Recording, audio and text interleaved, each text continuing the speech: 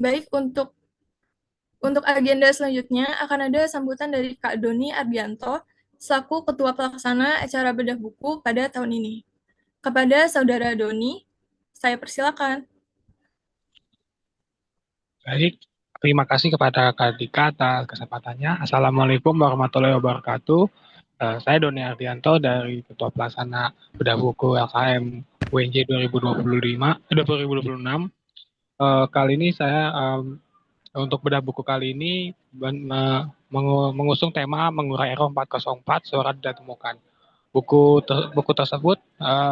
tersebut merupakan buku dari berbagai cerpen yang sudah dilombakan pada Lomba Cerpen Nasional yang diselenggarakan oleh LKM pada tahun 2025. Nah, kemudian dari bedah buku sendiri, nanti kita akan mengurai berbagai macam mengulik tema dari tema tersebut. Harapannya teman-teman bisa menyaksikan dan bisa berkomentar atau berdiskusi terkait dengan topik yang sudah di yang atau topik beda-beda dulu kali ini. Sebelumnya saya juga terima kasih kepada semua teman-teman yang sudah hadir dan juga kepada panitia dan semuanya untuk untuk sekali lagi saya mengucapkan uh, banyak sekali terima kasih uh,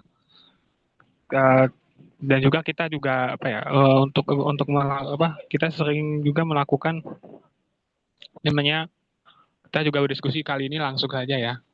Itu saja dari saya. Wassalamualaikum warahmatullahi wabarakatuh.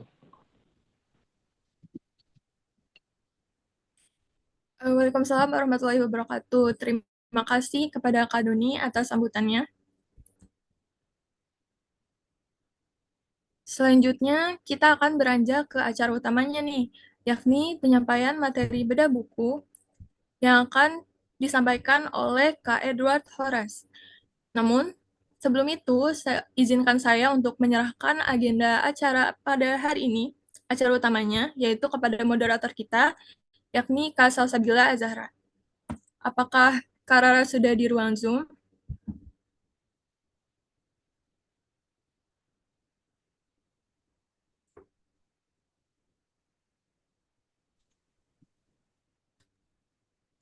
Oke, halo teman-teman. Halo Kak Rara. Halo Kak Ika.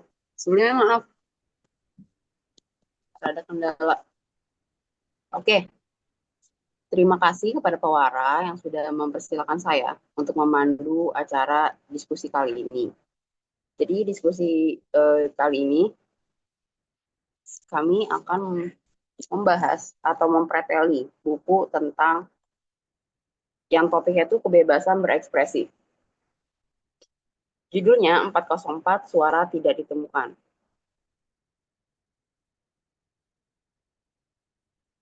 Oke, tapi saya nggak sendiri nih teman-teman di sini. Saya ada bareng sama Edward Horace atau biasa dipanggil Bang Horace. Oke, beliau merupakan cerpenis dan salah satu juri di Lomba Cerpen Nasional tahun 2025. Sebelum memulai diskusi dan bedah buku bersama Bang Horace, saya ingin menyampaikan sedikit informasi terlebih dahulu kali ya teman-teman. Di sini, di sesi diskusi kali ini, Bang Horace akan menyampaikan pandangan pribadinya mengenai buku 404 Suara Tidak Ditemukan. Oh ya, jadi buku 404 Suara Tidak Ditemukan ini itu hasil lomba cerpen nasional tahun 2025. Jadi 10 karya terbaik itu dipilih dan diterbitkan menjadi buku. Dan ini bukunya teman-teman. Oke, apa Bang Horas sudah membersamai kami? Halo, halo, suara saya terdengar? Terdengar Bang. Iya, iya, Halo, iya. gimana kabar? Baik, baik, baik. Oke, alhamdulillah. Oke, mungkin di sesi diskusi kali ini kita ngobrol santai aja kali ya Bang. Jadi semacam talk show gitu. Nanti saya ada beberapa pertanyaan dan mungkin Bang Horas nanti bisa dijawab berdasarkan sudut pandang pribadi Bang Horas. Itu sudah siap Bang Horas? Saya nggak pemaparan dulu, Mbak Salsa. Oh boleh boleh boleh. Iya. Kalau Bang Horas mau, Ya, Oke, saya sudah siapkan pemaparannya. Mungkin bisa diberi waktu sebentar aja sebagai bentuk oke, nggak apa-apa. pertanggungjawaban saya dalam menentukan hasil dari saya. Kira-kira berapa menit, Mbak Salsa? Mungkin 15 menit atau apa cukup, Bang? 20 lah ya. Saya tambah 5 Oke, menit ya. Oke. Izin oke, ya, Bang. saya langsung ini dari saya lihatkan PPT saya ya. Iya, Sebentar. Ini apakah terlihat di layar? Ya, sudah terlihat, Bang. ini sengaja, dengan sangat sengaja saya susun sebagai bentuk pertanggungjawaban saya dalam menentukan hasil ya. Saya tidak mau bilang menilai ya. Kalau menilai itu kesannya saya lebih hebat gitu. Ya, kesannya saya itu kayak udah pengalamannya tinggi gitu. Ah, enggak lah. Sama-sama kita semua ini belajar. Halo Kak Amalia, sebagai pewara, makasih ya. Ya, saya suka nyapa nih orangnya. Kepada yang terhormat Pak dosen pembimbing LKM UNJ, kemudian tadi Pak Doni, Mas Doni ya. Sebentar, saya tulis tadi namanya. Nah, Mas Doni Ardianto, Ketua Pelaksana Beda Cerpen. Kemudian Mbak Salsa nanti akan menemani saya selama beberapa menit. Dan teman-teman ya, saya panggilnya teman-temannya mungkin ada yang senior di sini lebih tua dari saya. Dengan tidak mengurangi rasa hormat, semoga kita bisa lebih akrab. Saya panggilnya dengan teman-teman. Saya Horas, salah satu anggota Dewan Juri Lomba Cerpen Nasional 2025. Mengucapkan banyak terima kasih kepada, suara saya terdengar ya? Iya, ya. Ngecek aja takutnya nanti saya udah banyak omong nggak kedengaran. Mengucapkan baik terima kasih kepada Lembaga Kajian Mahasiswa Universitas Negeri Jakarta karena telah mempercayakan saya sebagai salah satu anggota Dewan Juri selain Mbak Yeti Aka dan Mas Hambali ya dalam tahun 2025 ini. Beberapa PPT nanti akan saya sampaikan sebagai bentuk pertanggungjawaban saya bahwa saya berusaha menentukan hasil, ya, sekali lagi saya menghindari kata menilai, ya, menentukan hasil dengan sehati-hati mungkin, ya, ada metodenya dan semoga seobjektif mungkin, karena kita juga tidak bisa memungkiri bahwa sastra itu ada unsur subjektifnya ya. Bahkan menilai perasaan pun bagi sebagian orang itu bisa berbeda-beda. Ini tulisannya kayaknya mengandung kesedihan. Bagi orang lain, biasa aja kan begitu.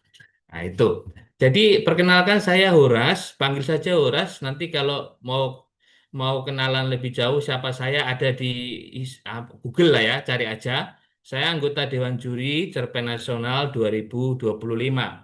Beberapa materi yang akan saya sampaikan sudah saya buat ini, semoga dapat disampaikan dengan baik dan tentunya membawa pencerahan dalam 20 menit ke depan, yaitu ada inisiatif lomba, cara penulisan cerpen, pembacaan sastra melalui pendekatan filsafat, kreativitas sastra, cara penentuan hasil, dan beda cerpen. Saya belajar sastra ini secara otodidak, ya, pengalaman. Kalau dalam metode filsafat itu secara empirisme, ya. Selain itu juga saya belajar juga filsafat, ya, sedikit-sedikit. Banyak medianya di YouTube kita bisa belajar dari para ahli. Lanjut. Saya mengutip dari buku panduan ya, ada 4 poin yang perlu ini kalau dalam Aristoteles bilangnya sistematis ini ya. Jadi semua harus ada urutannya. Ya. Dalam buku panduan ada 4 poin yang saya tebalkan bahwa maksud dari lomba inisiatif lomba itu pertama adalah penekanan bahwa manusia punya hak, kemudian kebebasan berekspresi, upaya. Lomba ini adalah upaya mengungkapkan kebebasan berekspresi dan alat kritis. Ini teman-teman ini masih muda ya semuanya. Alah kayak saya tua banget. Saya juga masih muda sebetulnya. Nggak usah nuan-nuain diri lah ya.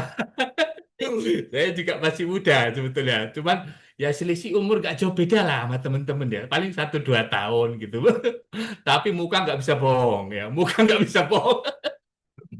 Jadi inisiatif lomba saya dapat dari panitia. Kemudian syarat penulisan cerpen ini saya bukan suatu yang baru, hanya mengulang saja. Tapi saya rasa perlu ya sebagai bentuk sistematis karena saya presentasi di akademik ini kan, dunia akademik ini di universitas. Jadi sistematis itu perlu menggunakan bahasa Indonesia, kemudian tema, kemudian baru bersifat bukan plagiat, bukan hasil AI, belum dipublikasikan dan belum diikutsertakan di lomba lain. Dan selanjutnya merujuk ke buku panduan. Nanti bisa dibaca teman-teman sekalian ya. Nah, saya berusaha untuk membaca dalam tanda kutip ya, membaca dalam tanda kutip bukan membaca tok ya. Membaca, memahami, menafsirkan, memaknai. Ya, udah mulai berat nih. Membaca, memahami, menafsirkan, memaknai. Ya. Seluruh teks dalam cerita pendek itu dan menghasilkan suatu sudut pandang atau perspektif. Sekali lagi terima kasih Mbak Salsa tadi sudah mengantarkan ya bahwa segala yang saya paparkan ini itu mewakili perspektif saya sebagai salah satu anggota Dewan Juri. Jadi tidak mewakili ketiganya. Nanti Mbak Yeti Aka ini bisa nanti ngasih pandangan sendiri. Mas Sambali bisa nanti ngasih pandangan sendiri. Nah itu karena jurinya kan ada tiga. Dari saya membaca sastranya dari pendekatan filsafat. Ada tiga yang saya gunakan dan dasarkan, yaitu pertama rasionalisme, bahwa pembacaan sastra atau cerita pendek ini dilakukan melalui uji nalar dan kelogisan.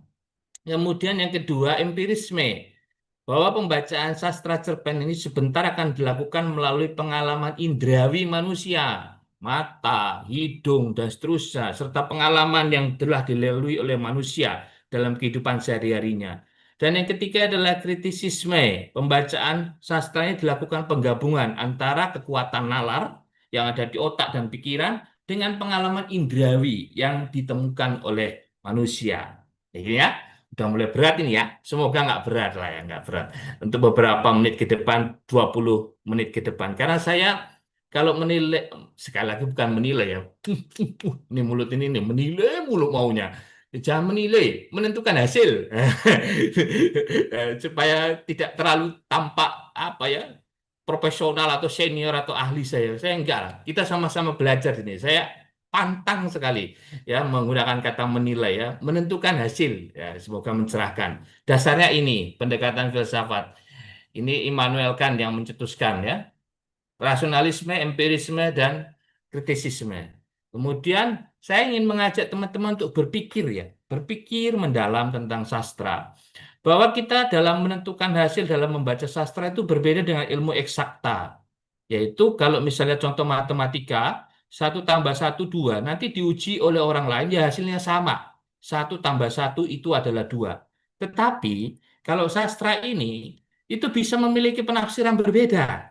Makanya dari awal saya kasih disclaimer bahwa penafsiran saya nanti bisa berbeda dengan penafsiran dari Yeti Aka dan Hambali, bahwa 1 tambah 1 menurut pandangan sastra tidak selalu 2. Ya, tidak selalu 2. Tapi menurut ilmu matematika hasilnya eksakta pasti ya pasti 2. Sejauh belum ada data dan temuan yang mematahkan. Sama ketika kita membaca sastra sebagai seni dan dibandingkan dengan seni lukis. Nanti kita kalau melihat lukisan abstrak, bagi sebagian orang itu garis itu bermakna, ada ketegasan. Warna itu memberikan mewakili perasaan. Kemudian ada titik, bidang, bentuk, tekstur, ruang, dan juga membangun penafsiran. Bagi sebagian orang melihat lukisan abstrak itu cuma membangun kerumitan. Ini apa sih? Lukisannya ini nggak jelas, ini apa gitu. Makanya itu, dalam seni itu kadang penafsiran itu bisa berbeda antar orang. Bahkan kita kalau menelisik lagi lebih dalam sastra, sastra itu dibangun dari unsur terkecil adalah huruf, ya kan? Setelah huruf kemudian menjadi kata, kata kemudian menjadi frasa, frasa terus kalimat, paragraf dan seterusnya. Dalam kata itu saja di KBBI, perhatikan teman-teman, itu kata dapat aja punya banyak arti. 1 2 3 4 dia bisa mampir, mampu, sanggup, menerima, ditemukan, berhasil. Itu kata saja bisa mengandung banyak arti. Oleh sebab itu sastra juga bisa mengandung banyak arti karena unsur terkecilnya itu saja bisa dibaca dengan berbagai makna. Bahkan kalau teman-teman belajar secara pengalaman juga dalam menulis semakin banyak, perhatikan. Ada satu kata yang dikerjakan oleh mata, tapi bisa digambarkan berbagai macam kata. Dan ini kita gunakan dalam sastra. Contoh, dalam cerita. Kita melihat bahwa mata itu bisa menceritakan, melihat, mengamati, menyaksikan, menyimak, menengok, melirik, memandang, menonton, menilik, memperhatikan, mengintip, melongok. Nah, itu semua aktivitas pengalaman indrawi yang dikerjakan oleh mata. Oh, luar biasa kan? Ini semua kita gunakan dalam sastra, dalam cerita pendek, ya. Mungkin juga dalam puisi, dalam novel, dan seterusnya, karya sastra lain, Melayu lama, dan seterusnya. Bahwa yaitu banyak sekali arti, banyak sekali kata yang membentuk karya sastra, sehingga memungkinkan sastra itu menghasilkan penafsiran yang berbeda-beda pada setiap pembacanya. Dan izinkan saya mewakili saya sendiri, ya, tidak mewakili Mbak Yeti, tidak mewakili Mas Hamdali, untuk mempresentasikan penafsiran saya kepada teman-teman. Lanjut. Nah, cara penentuan hasil. Dalam saya menentukan hasil untuk karya sastra, itu ada hal-hal yang mempengaruhinya. Pertama, saya menyadari bahwa saya adalah praktisi ya. Saya menghormati teman-teman di sini yang menimba ilmu akademik susastra secara S1. S1 sastra itu kan bisa dipelajari nanti, S2 ada, S3 ada, doktor ilmu susastra pun ada. Ya, saya menghormati teman-teman yang menimba 4 tahun ya, minimal 4 tahun ya, 4 tahun menimba ilmu susastra di kampus atau pendidikan. Nah, saya sebagai praktisi ini, setinggi-tinggi apapun saya dalam melakukan sastra, itu saya tetap menghormati keilmuan akademik. Karena itu saya membaca teori. Ya, saya tidak hanya subjektif saya pengalaman enggak, saya juga membaca teori. Hal-hal yang mempengaruhi juri saya ini dalam menilai dalam menentukan hasil lomba adalah pertama, pengetahuan akan teori sastra. Ya. Jadi sastra itu ada teorinya. Dua, pengalaman saya dalam membaca dan menulis sastra. Tiga, kemampuan dalam meneliti karya peserta. Yaitu pertama adalah kelengkapan unsur. Nanti dalam teori akan dijelaskan ya berikutnya. Dua, tingkat kualitas unsur. Nah, di sini kita bermain sejauh mana kreativitas. Diukur dari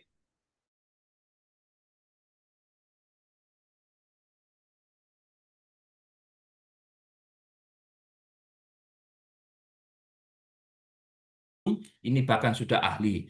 Kemudian yang terakhir adalah kemampuan untuk membaca. Lanjut. Nah, cara menentukan hasil. Ya, ini teori sastra cerpen ya. Saya menghormati dari repositori ini sumbernya kemendikdasmen.go.id. Jadi secara garis besar ini teman-teman sudah tahu lah ya. Tapi saya jelaskan lagi. Secara garis besar unsur intrinsik itu ada 7 ya. Tema, penokohan, alur, latar, gaya bahasa, sudut pandang, dan amanat. Unsur ekstrinsik ada 3, latar belakang masyarakat, latar belakang penulis, dan nilai yang terkandung dalam cerpen. Ini teori, ya. Teori. Nanti kalau ada teori dan data temuan yang baru yang mengatakan, kita pakai yang baru. Nah, saya pakai yang ini, merujuk kepada teori yang ada di repositori kemendikdasmen.go.id. Lanjut. Dalam empirisme saya, ya, pengalaman saya menulis dan membaca sastra, akhirnya saya menemukan beberapa poin yang layak untuk diperhatikan atas sebuah karya sastra. Ada 10. Ya.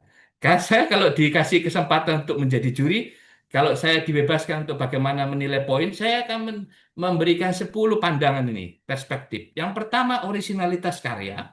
Dua, kesegaran ide. Tiga, daya pembuka, daya pikat pembuka dan penutup cerita. Empat, konsistensi sudut pandang pencerita. Lima, kesinambungan logika. Enam, ketegangan konflik, tingkat ketegangan konflik. Tujuh, penggunaan majas atau gaya bahasa. Delapan, potensi multitafsir muatan cerpen. Sembilan, keunikan alur. Sepuluh, jumlah dan ragam kosakata. Ini saya pribadi. Kalau saya diundang sebagai juri dan tidak ditetapkan poin-poin penilaian, saya pakai ini, 10. Kemudian LCN mengundang saya toh, Mas Horas, ya, Bang Horas minta jadi juri. Dikasihlah saya kan kriteria penilaian toh. Nah, saya dikasih ada 4, yaitu kesesuaian dengan tema, kemudian isi cerita, keruntutan dan kelogisan, dan penggunaan bahasa.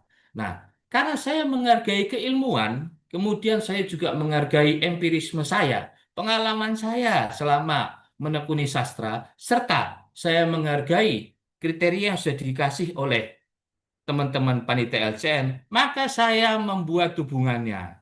Lah, perhatikan. Niat banget nih. Kalau saya menilai itu saya benar-benar sebisa mungkin subjektifnya itu nanti dulu. Objektif dulu, ada dasar-dasarnya. Ya, saya mencari keterhubungan antara teori sastra, kemudian pengalaman empirisme saya, dan metode penilaian yang dikasihkan oleh tim LCN, yaitu dari teori sastra ada tema, penokohan, alur, latar, gaya bahasa, sudut pandang, amanat. Saya hubungkan itu dengan poin-poin empirisme saya, originalitas karya, kesegaran ide, daya pikat pembuka dan penutup cerita, konsistensi sudut pandang pencerita, kesinambungan logika, tingkat ketegangan konflik, penggunaan majas atau gaya bahasa, potensi multitafsir cerpen, keunikan alur, dan jumlah dan ragam kosakata, serta saya sarikan lagi ke metode penilaian yang ditetapkan oleh panitia LCN, yaitu ada 4. Kesesuaian dengan tema, isi cerita, keruntutan dan kelogisan dan penggunaan bahasa. Ya, jadi ada alurnya. Ada alurnya. Kalau kita kan cerpen ada alurnya ya. Maju, mundur, kombinasi, ya, campuran gitu. Saya alur dalam menentukan hasil ya ada alurnya. Dari teori saya alurkan ke pengalaman empirisme, kemudian saya selaraskan dengan metode panitia yang ada dan disaksikan ke saya. Next. Ya, itu pengantar. Itu pengantar. Ya kan? Kita kan tadi kan saya diminta bedah cerpen ini sama Mbak Salsa ya. Saya diminta bedah cerpen sama Mbak Salsa. Jadi saya akan membedah satu persatu cerita pendek yang beruntung dan berhasil untuk dibukukan dalam buku pemenang Lomba LCN 2025 ya. Judulnya apa ya? 404 suara yang apa Mbak Judulnya Amalia? 404 suara tidak ditentukan. Suara tidak didengarkan ya. Ya, Iya. mengurai error 404 suara Suara tidak tidak ditemukan. suara tidak didengarkan. Ya. Ini saya akan membedah satu persatu ya, nanti kita bisa diskusi, kita bisa saya sangat terbuka ya karena keilmuan itu secara dengan sendirinya itu berkembang. Ya, ya, dengan sendirinya itu berkembang. Nanti ada pandangan, masukan, pencerahan, kritik dan seterusnya yang disampaikan secara logis, itu saya sangat terbuka. Bisa memperkaya kasana kita ya dalam membedah ini. Jadi, izinkan saya nanti dengan segala kekurangan dan kelebihannya, saya sudah memetakan 10 cerita pendek. Oh, niat banget nih. Karena saya setiap diundang, saya hargai undangan itu. Saya kalau diundang, saya dihargai undangan, saya kasih yang terbaik. Itu. Yaitu yang pertama adalah fenomena demokrasi. Ini penulisnya ada di sini enggak ya? Masya Yusuf Fadilah Fenomeno ada nggak di sini? Apa nggak hadir?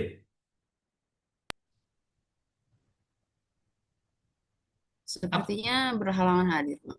Mbak Salsa, tapi penulis cerita pendeknya pada diundang semua ya? Iya, diundang. Oke, oke, nggak apa-apa ya. Nah, saya sampaikan pandangan saya untuk uh, cerpen demi cerpen. Yang pertama adalah fenomena demokrasia. Ini hasil dari penentuan saya bahwa kesesuaian tema 8,8, isi cerita 8,6, keruntutan kelogisan 8, penggunaan bahasa 8,7, total poin 34,1. Saya sampaikan besarnya aja ya. Karena kalau rumitnya tadi udah dilewati aja udah. Tadi cuma rumitnya udah dilewati, yang besarnya saja ini. Jadi kisahnya ini adalah pengadilan atas kucing hitam yang dipermasalahkan karena tulisannya.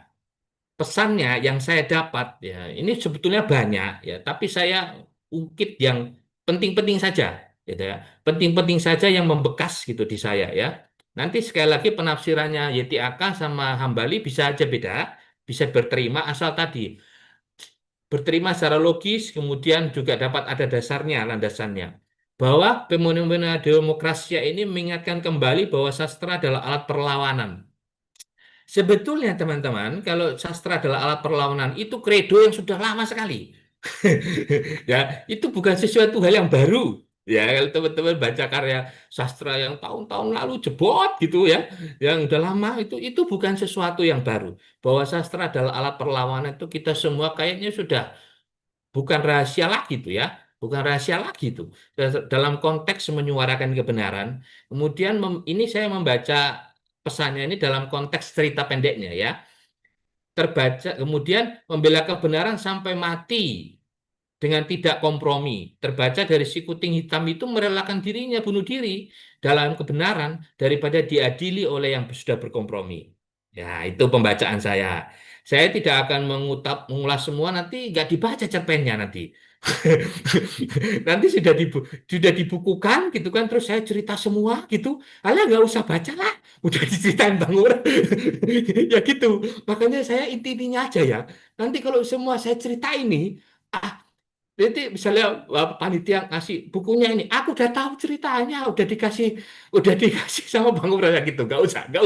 Ya, saya kasih intinya aja gitu. Kemudian kesannya, yang saya dapati dari cerpen ini adalah dia penulis berusaha bermain dengan metafora nih. Saya tulis metafora karena banyak sekali metaforanya, dan bahkan menciptakan kebaruan. Ada kucing hitam, tikus berjas, singa tua, serigala bermata licik, buaya bermulut basah, kuda nil buncit, burung pipit pembawa berita. Kreativitasnya itu sangat dekat dengan keseharian penulis sastra. Itu tadi yang saya bilang, bahwa sastra sebagai alat perlawanan itu sudah diketahui kalayak lazim gitu ya. Yaitu sastra udah banyak yang tahu itu. Jadi sangat dekat isu sastra itu dengan sebagai ide dari penulis cerita pendek ini. Kemudian lanjut kedua, kita kan mengembangkan lagi tuh. Idenya adalah sastra sebagai alat perlawanan, dikembangkan lagi dalam bentuk wujud-wujud tadi cerita-cerita yang baru gitu. Tapi pokoknya itu sama. Sastra adalah alat perlawanan. Lanjut, cerpen yang kedua yang saya baca dalam tanda kutip baca, berusaha untuk membaca, memaknai, memahami, serta menafsirkan, itu adalah Pejuang, Suara Kecil. Ini Farah Sandika hadir di sini. Coba saya lihat dulu ya. Farah Sandika, apakah hadir? Oh, nggak hadir kayaknya ya. Ya udah, saya presentasikan sini pembacaan saya atas cerpennya Farah Sandika kesesuaian dengan tema 8,3, isi cerita 8, keruntutan dan kelogisan itu 8,4, penggunaan bahasa 8,5, total poinnya 33,2. Ya, ini nanti belum ditambah dengan nilai dari Mas Sambali dan Mbak Yetiaka. Jadi kisahnya ini adalah anak seorang pejuang namanya Hanin yang bercerita tentang perjuangan keluarganya kepada Zaid, ya, temannya yang adalah peneliti. Pesannya yang saya dapat pesan dari Mbak Farah Sandika nih. Yo, ya. Tapi pada akhirnya ya teman-teman kalau sadar, penafsiran kita itu sebatas penafsiran kita atas pemikiran orang. Yang tahu benar-benar pesannya itu ya Mbak Farah Sandika. Ya kan? Saya cuma menerka-nerka nih. Berdasarkan pembacaan saya atas kata-kata, kemudian bagaimana logisnya, kemudian sebab akibatnya, penafsiran makna dan seterusnya. Saya menerka apa yang dipikiran Mbak Farah atas pesannya itu untuk disampaikan ke saya. Dan saya menangkap dalam cerpen ini adalah bahwa perjuangan ya boleh dikatakan lain sebagai pemberontakan atau perlawanan, meninggalkan bekas penderitaan dalam titik dua, yaitu kematian dan kehilangan. Ya, jadi kalau ada perjuangan, jangan lupa ada konsekuensi di baliknya. Nah, ada penderitaan itu, pengorbanan. Yang mau berjuang sangat nonsens kalau nggak ada pengorbanan. Ya, dalam cerpen ini pengorbanannya adalah kematian dan kehilangan. Selain itu ada suara yang cenderung tidak didengar, diabaikan, dan dipaksakan untuk turut saja dalam perjuangan. Terbaca dari posisi Hanim dalam keluarganya. Kesan yang saya dapat dan paling menonjol ya dari sekian banyak kriteria yang sudah saya tentukan hasilnya, saya nggak pakai kata nilai ya, saya tentukan hasilnya, kesan yang paling menonjol adalah kekuatannya bermain di alur cerita. Ya, cerpen ini nih, cerpennya si Farah Sandika nih, maju mundur, cantik, cantik, maju mundur, kayak lagunya siapa itu ya, campuran, kombinasi, ya maju mundur. Kemudian pandangan pengarang atas kebebasan berekspresi ini sangat saya tangkap kuat. Ya, dari teks cerpennya itu berusaha diselipkan dan terwakilkan pada dialog antar tokoh Hanin dan Zaid. Nanti kalau teman-teman baca cerpennya itu dia akan selalu berdialog itu. Berdialog tapi sebetulnya mengutarakan pemikirannya si pengarang itu. Diselipkan di dialognya antar tokoh itu. Bertanya-tanya, apakah ini? Apakah ini? Oh, kayaknya nggak begini. Begini nggak sih? Ah, kamu salah, kamu benar. Ah, gitu. Saya tangkap itu kesannya dari dialog itu bahwa ada yang hendak disampaikan oleh Farah Sandika. Jadi saya sebetulnya sangat senang misalnya Farah Sandika hadir dan mau mengonfirmasi itu, konfirmasi bahwa bagaimana penafsiran saya atas cerpennya. Kemudian lanjut. Ya, yang ketiga adalah seekor kucing dan suara yang kembali. Ini penulisnya adalah Jumiarti Nuria Bambang ya. Ada di sini hadir Mbak Jumiarti? Nggak hadir ya? Oke.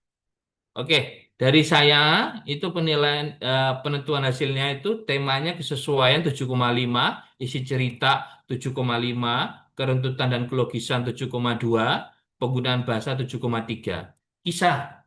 Kisahnya tentang Miori dan Perona ya, kucing yang adalah reinkarnasi dari Hiyori. Ya, Hiyori. Lain lagi nih orangnya nih.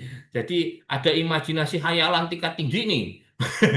Sampai ada reinkarnasi dari manusia menjadi kucing. Nah, ini cerpennya nih, yang punya kisah hampir sama dengan Miori pada masa lalu. Pesan yang saya dapat adalah dalam cerpen ini ada upaya untuk melawan kekangan atas kebebasan berekspresi, bermula dari meratih suara dalam berkata-kata sendiri. Setidaknya walaupun dikekang gitu ya, kita berkata-kata gitu. Ya walaupun sendiri, ngomong sendiri gitu. Ya berusaha untuk melatih. Selain itu, kekangan untuk berekspresi masih bisa teratasi. Salah satunya pula lewat dalam berkarya seni. Ini beberapa cerpen di sini ada banyak sekali, ya mungkin bukan banyak ya, beberapa yang menyuarakan pendapat lewat seni. Nanti ada yang dari mural dan seterusnya. Seni melalui sekurang-kurangnya warna bisa menyuarakan perasaan. Bahkan kita tahu ya ada penelitiannya tentang psikologi warna itu. Kemudian kesan. Atas cerpen ini saya mendapati kesan bahwa bermain di keindahan berbahasa. Awalnya ide sederhana ini. Ide sederhana. Sini siapa yang suka melihara kucing? Nah, itu aja tuh. Mungkin dia dilihat tuh ada kucing nih. Nah, kucing. Ah, saya angkatlah kucing ini jadi cerita gitu. Sekarang kan lagi viral ya, lagi gampang viral itu cerita-cerita kucing gitu. Ah, saya angkat ini kucing. Terus saya melamun bentar, melamun, imajinasi. Saya pernah dengar cerita reinkarnasi. Kucing ini dibuat aja reinkarnasi dari seseorang. Gitu kali. Gitu kali proses kreatifnya gitu. Dari imajinasi dan khayalan, kalau khayalan ya reinkarnasi ya, ya kita kita kan belum bisa membuktikan secara ilmiah nih reinkarnasi nih. Jangan, ya itu masih masih kepercayaan lah dalam konteks kepercayaan. Kemudian yang ketiga, yang keempat, makar dari rimba. Sebentar lagi ya, masih keempat. Saya akan cepatkan saja karena saya cuma 20 menit nih. Makar dari rimba oleh Wafik Aziza. Ada di sini orangnya? Ada Bang, ada Wafik Aziza. Mana? Mbak Wafik ya. Halo, halo. Ini nih ada nih. Ya, halo Bang. Ya, halo. Aku udah baca cerpenmu ya. Ya. Ya, ini kesesuaian dengan tema 8, isi cerita 8, kerentutan dan kelogisan 8,4, penggunaan bahasa 8,7, total poin 33,1. Nanti ditanya jawab nih, misalnya Mbak Wafi keberatan, nggak gitu penafsirannya Bang Ngurah salah. Ngomong aja ya, ngomong aja. Karena yang paling tahu pesannya itu sebetulnya penulisnya loh. Ya, paling tahu itu penulisnya. Saya kan cuma menafsirkan atas teori kemudian pengalaman saya gitu kan. Jadi atas cerpennya Mbak Wafik ini saya membaca ada kisah siasat licik nih dari sekelompok orang untuk meraup suara dalam pemilihan ini ya sekaligus berdampak pada alam hutan di sekitar lokasi. Pesannya saya mendapati Mbak Wafik ada yang menderita sebagai akibat dari gangguan manusia. Misalnya ketika alam diganggu, terbaca dari kisah orang hutan yang kehilangan kakak dan adiknya. Sebagai respon, alam berekspresi ketika manusia sudah merusaknya. Terbaca dari serangan harimau ke penduduk yang melihat habitatnya digunduli. Nah, ini nanti silakan nih kita berkembang dalam diskusi ya. Saya suka kalau ada penulis cerita pendeknya di sini, malah saya bisa mengonfirmasi apakah penafsiran saya ini sesuai dengan yang di kepala teman-teman atau enggak. Atau bahkan, oh ada lagi nih yang baru. Saya berterima kasih. Saya malah tercerahkan. Kemudian kesannya, Mbak Wafik ini bermain di detail kejadian. Ya, berusaha memaksimalkan pengalaman indrawi, menceritakan kisah, memanfaatkan seluruh panca indera nih, mata, telinga, hidung, anggota tubuh. Ini detail banget nih. Saya lihat nih cerpennya dari Mbak Wafik Aziza. Lanjut ya. Ya, sebetulnya teman-teman ya, saya mengangkat inti-intinya saja ini, bukan inti ya, apa yang menonjol. Kalau hasil-hasil lain banyak, gitu. Tapi saya angkat yang menonjol saja, gitu. Karena ada 10 kan yang saya bahas kan. Kalau satu sih saya bisa bahas semua, ya kan? Ini 10, ya 10, gitu. Kemudian tempurung, ini ada Mbak Askanya ada di sini, nggak ada ya? Mbak Aska nggak ada ya? Oke, saya akan kasih pendapat untuk bahas kali ini sesuai dengan tema 7,9, isi cerita 8,3, keruntutan dan kelogisan 8,5, penggunaan bahasa 8,7, total 33,4. Bahwa Tempurung ini berkisah tentang orang yang berpengalaman dalam hidup. Banyak fragmen nih, saya mendapati bahwa banyak fragmen dalam kehidupannya diceritakan tuh dalam beberapa fragmen. Ini gitu. Dan dia merenung nih. Ini kayaknya ini Mbak Aska ini orangnya suka filsafat nih. Ya, dia berusaha merenung nih bahwa kebebasan sesungguhnya perlu dipertanyakan dalam eksistensinya dalam kehidupan. Salah satunya ketika bergaul dengan masyarakat. Benarkah ada kebebasan itu? Apakah manusia memang sudah terbelenggu dengan terlalu banyaknya kebebasan yang tidak bisa dilakukan? Sekalipun ternyata tidak ada kebebasan, pada akhirnya manusia itu masih hidup. Wus. Ya, ini saya dapati pesannya dari cerpennya Mbak Aska ini dalam Tempurung. Kemudian kesannya adalah ada niat, ada keinginan untuk Mbak Aska mempertanyakan atau merenung tentang kebebasan itu ditonjolkan dari sari-sari patik kehidupan pengalaman yang telah dilalui. Mungkin Mbak Aska sendiri, mungkin imajinasinya saja, atau mungkin hasil pengamatan dari hidup orang-orang. Ini penafsiran saya atas cerpennya dari Mbak Aska Aulia. Kemudian yang ke berapa ini ya? Yang ke-6 kali ya. Ya. Lanjut yang ke-6, di balik topeng cempaka, Mas Adli ada di sini. Mas Adli Febrian,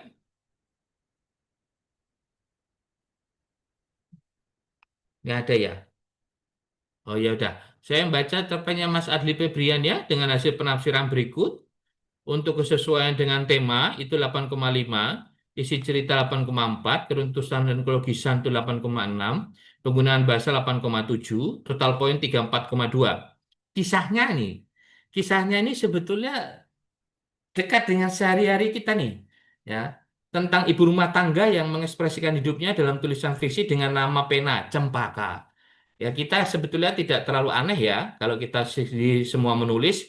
Nama pena itu sangat biasa digunakan untuk orang-orang yang tidak mau diketahui aslinya. Dan sangat-sangat dekat ini dengan keseharian kita sebagai penulis.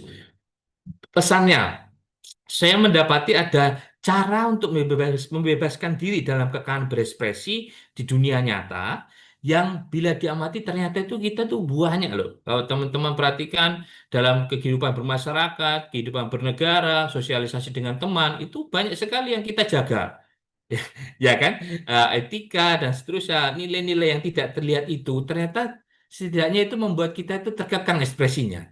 Nah, Mas Adli ini berusaha menawarkan bahwa ada cara, salah satunya dengan menulis, bersembunyi, membangun tokoh, lengkap dengan karakter dan kebebasannya dalam fiksi. Tadi, atas nama Cempaka, yang adalah nama pena. Itu sebetulnya cuma ibu rumah tangga, kemudian dia menyembunyikan diri dalam tokoh yang dibangun dalam fiksi dengan nama Cempaka. Idenya, kesan tersebut adalah sangat dekat dengan keseharian kita sebagai penulis. Bisa diamati pula dari tingkah laku penulis lain yang banyak juga menggunakan nama pena. Lanjut, ini hiruk pikuk yang tak terhantar benah. Benah apa pena ya bacanya ya? Benah ya. Nah, ini ditulis oleh Ferdina Sevinka and Fitliansah. Ada orangnya di sini? Ferdina Sevinka Fitliansah? Oh, nggak ada kayaknya saya cek ya. Ya ini saya menafsirkan dan memberikan pendapat atas cerpen ini bahwa kesesuaian dari judulnya saja Saya mengapresiasi ini dari judulnya. Kalau pengalaman saya melihat cerita pendek itu ya, kalau semakin judulnya itu tidak sinkron dengan ceritanya, itu makin keren itu. Nanti judulnya itu bisa ngomong apa, ceritanya itu nggak terduga. Lah, judulnya itu gini, tapi cerita itu gitu. Gitu. Jadi semacam ada tersirat, ceritanya itu cuma disiratkan dalam ya kayak bahasa yang tercermin dalam judul itu. Ya, jadi itu kemampuan yang menurut saya dilatih dengan pengalaman ya. Dilatih dengan pengalaman, semakin banyak membaca, nanti akan teman-teman akan melihat banyak itu penulis cerita pendek yang senior-senior itu kalau ngasih judul itu nanti akan tidak terduga ceritanya. Akan tidak terduga ceritanya.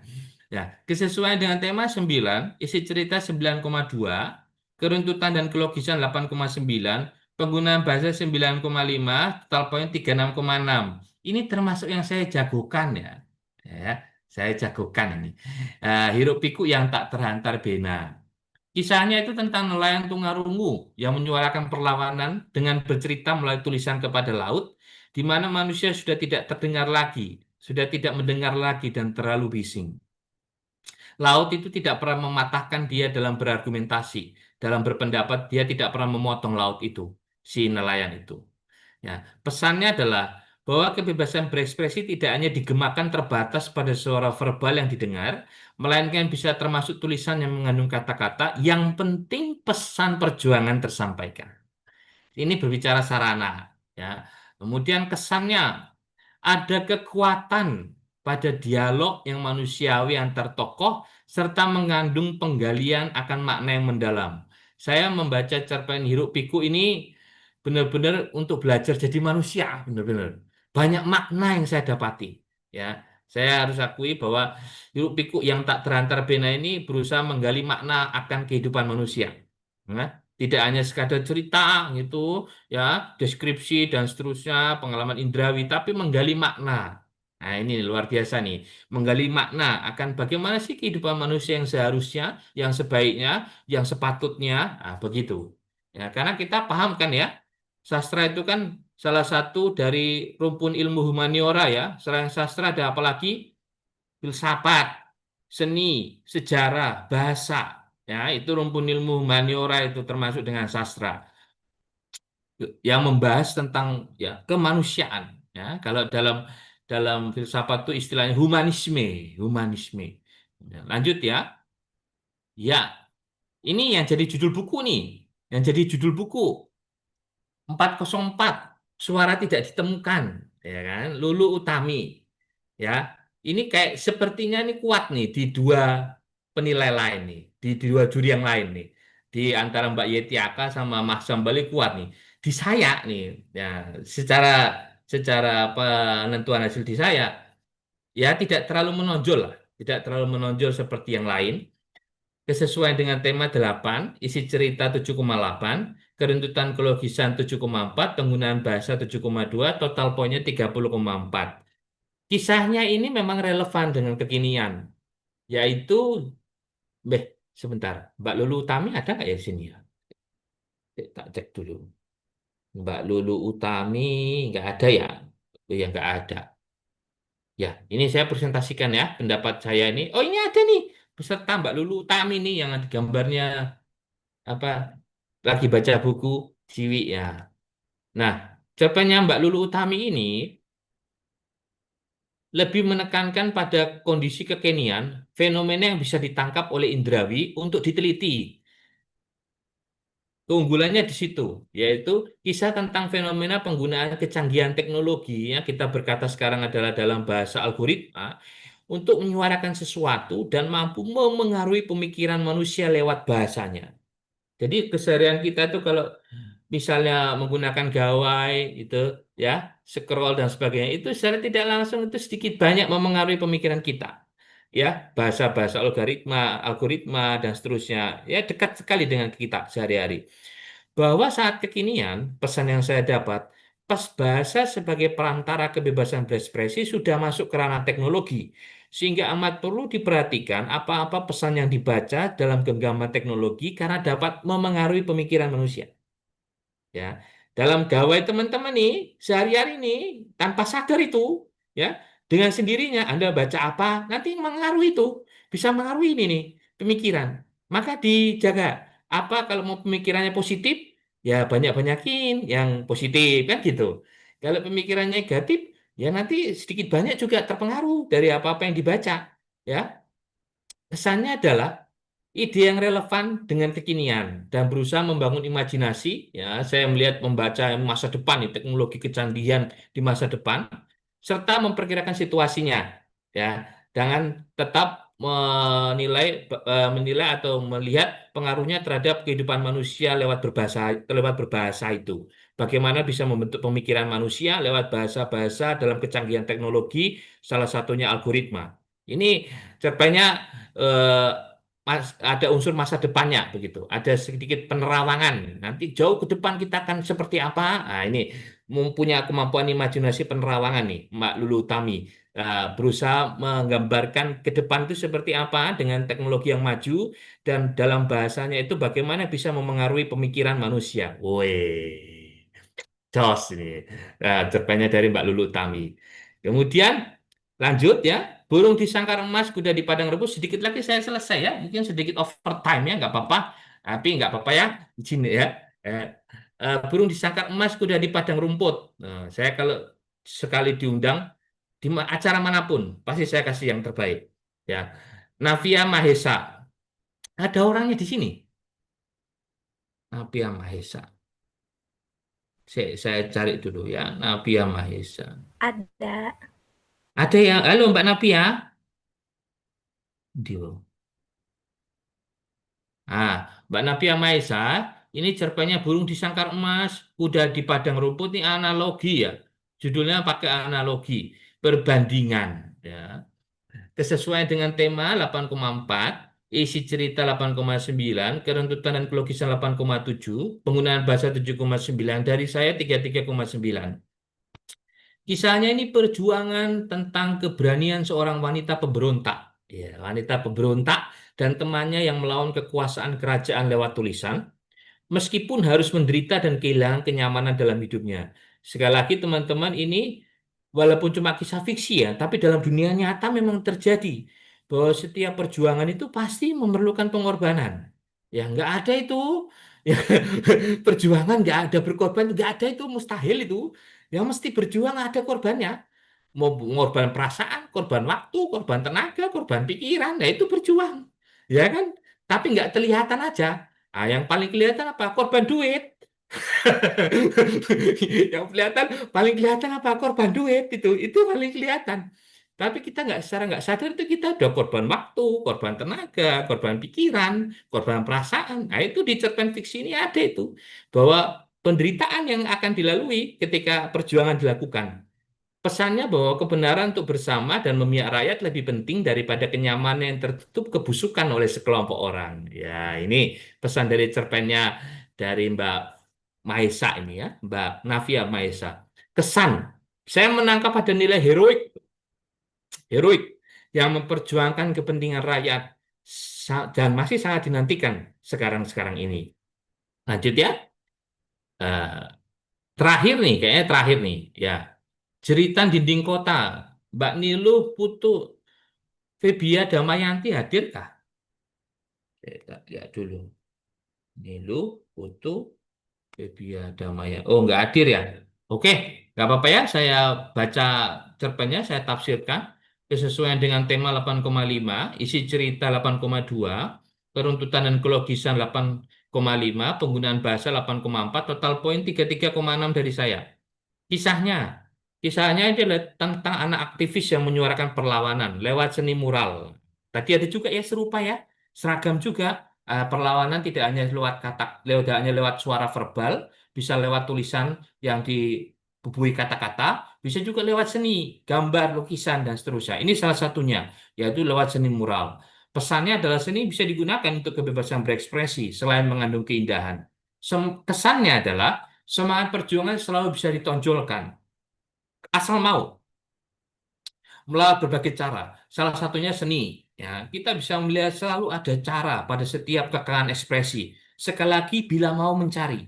Kalau teman-teman mau mencari misalnya pintu ini tertutup, masih ada jendela.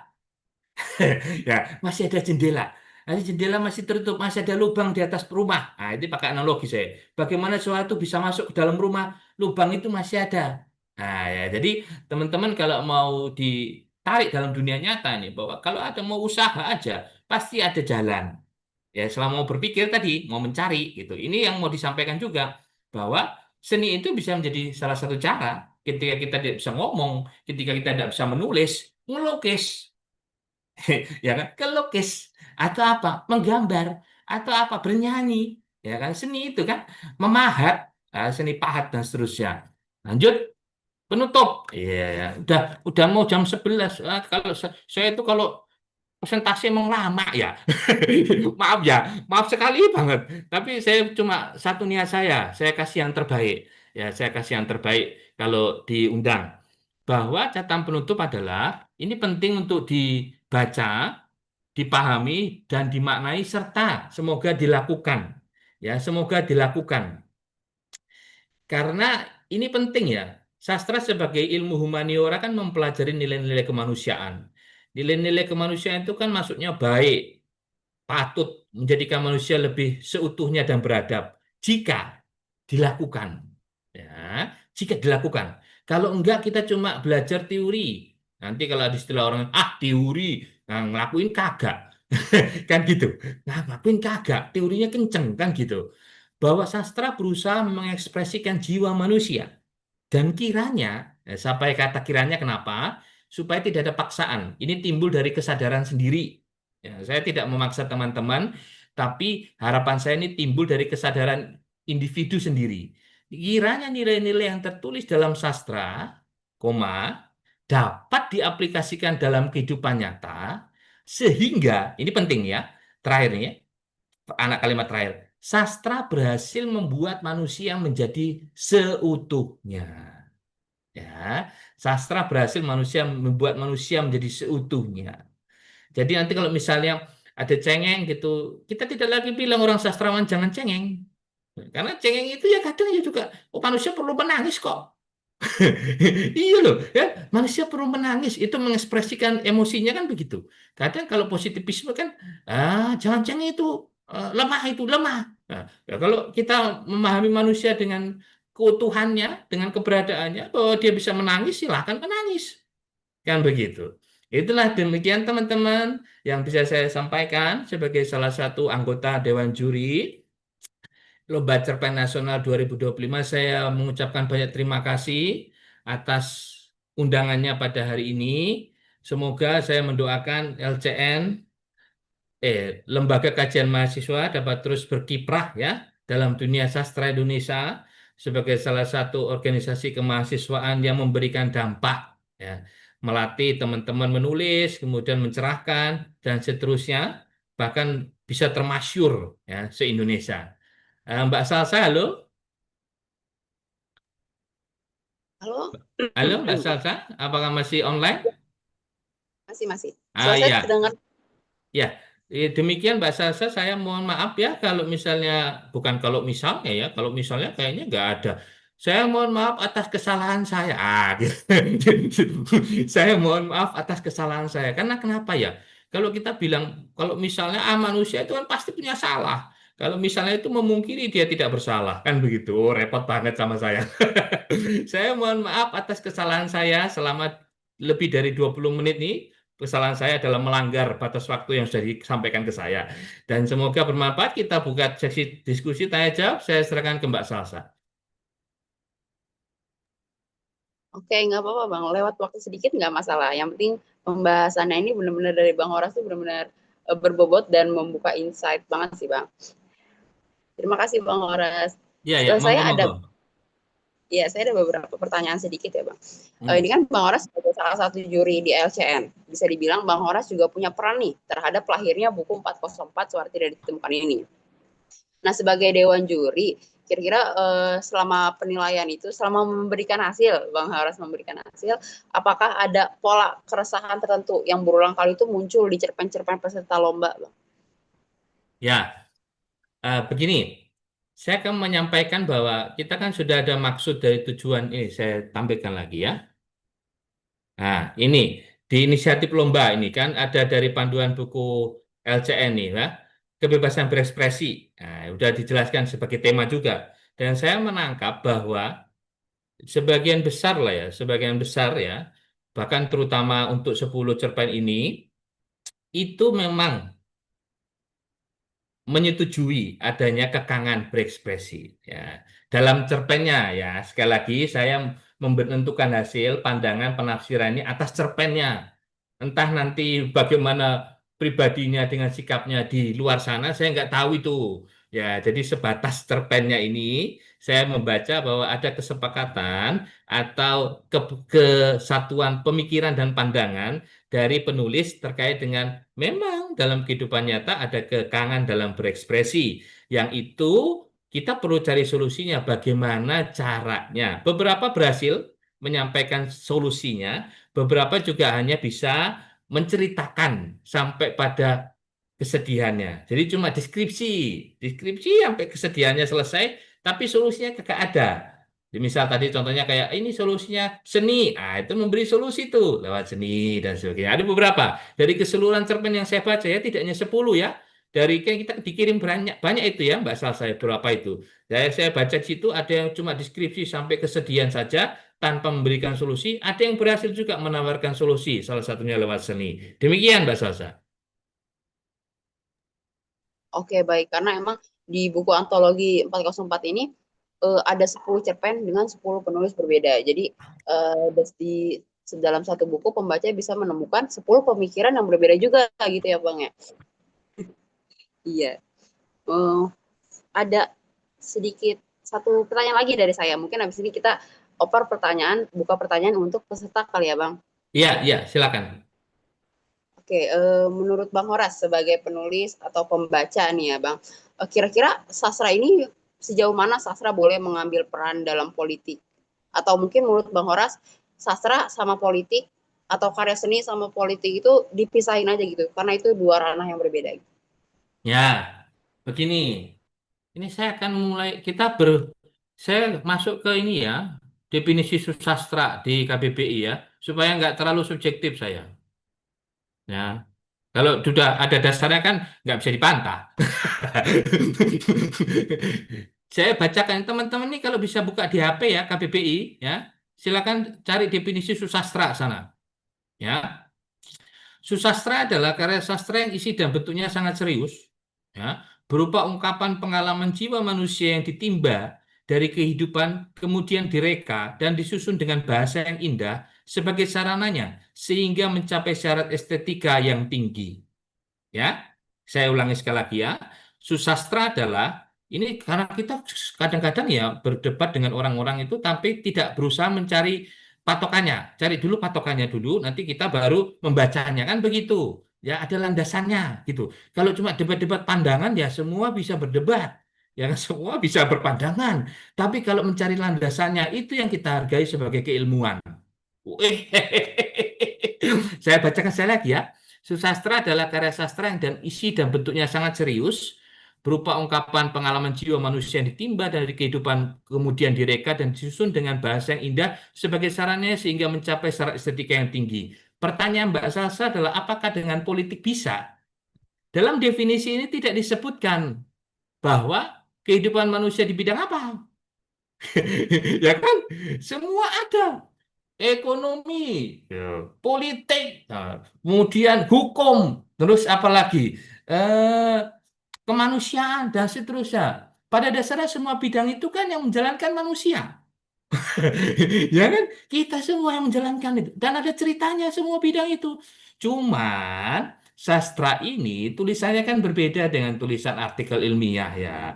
Maksud saya ya tidak sepenuhnya fakta ya bisa diimajinasikan dalam bentuk fiksi ya kan lebih manusia terasa manusia gitu ya kalau jurnal-jurnal ilmiah kan kaku ya kaku baku memang ada ketentuannya seperti itu kita hormati kalau sastra ini kan tulisannya bisa mendayu-dayu kemudian apa gitu masuk di perasaan gitu jadi berdasarkan definisi sastra dalam KBBI bahwa dengan tidak diaturnya bidang kehidupan manusia dalam definisinya, maka saya berpendapat sekurang-kurangnya, ya sekurang-kurangnya ini ya, karena mungkin akan ada pendapat lain yang bisa diajukan, ya sekurang-kurangnya untuk politik bisa termasuk yang dipresentasikan dan ditulis sebagai karya sastra. Demikian, Mbak Salsa.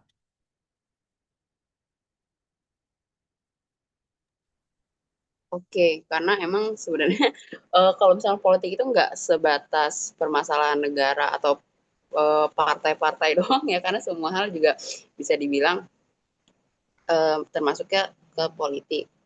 Seperti itu.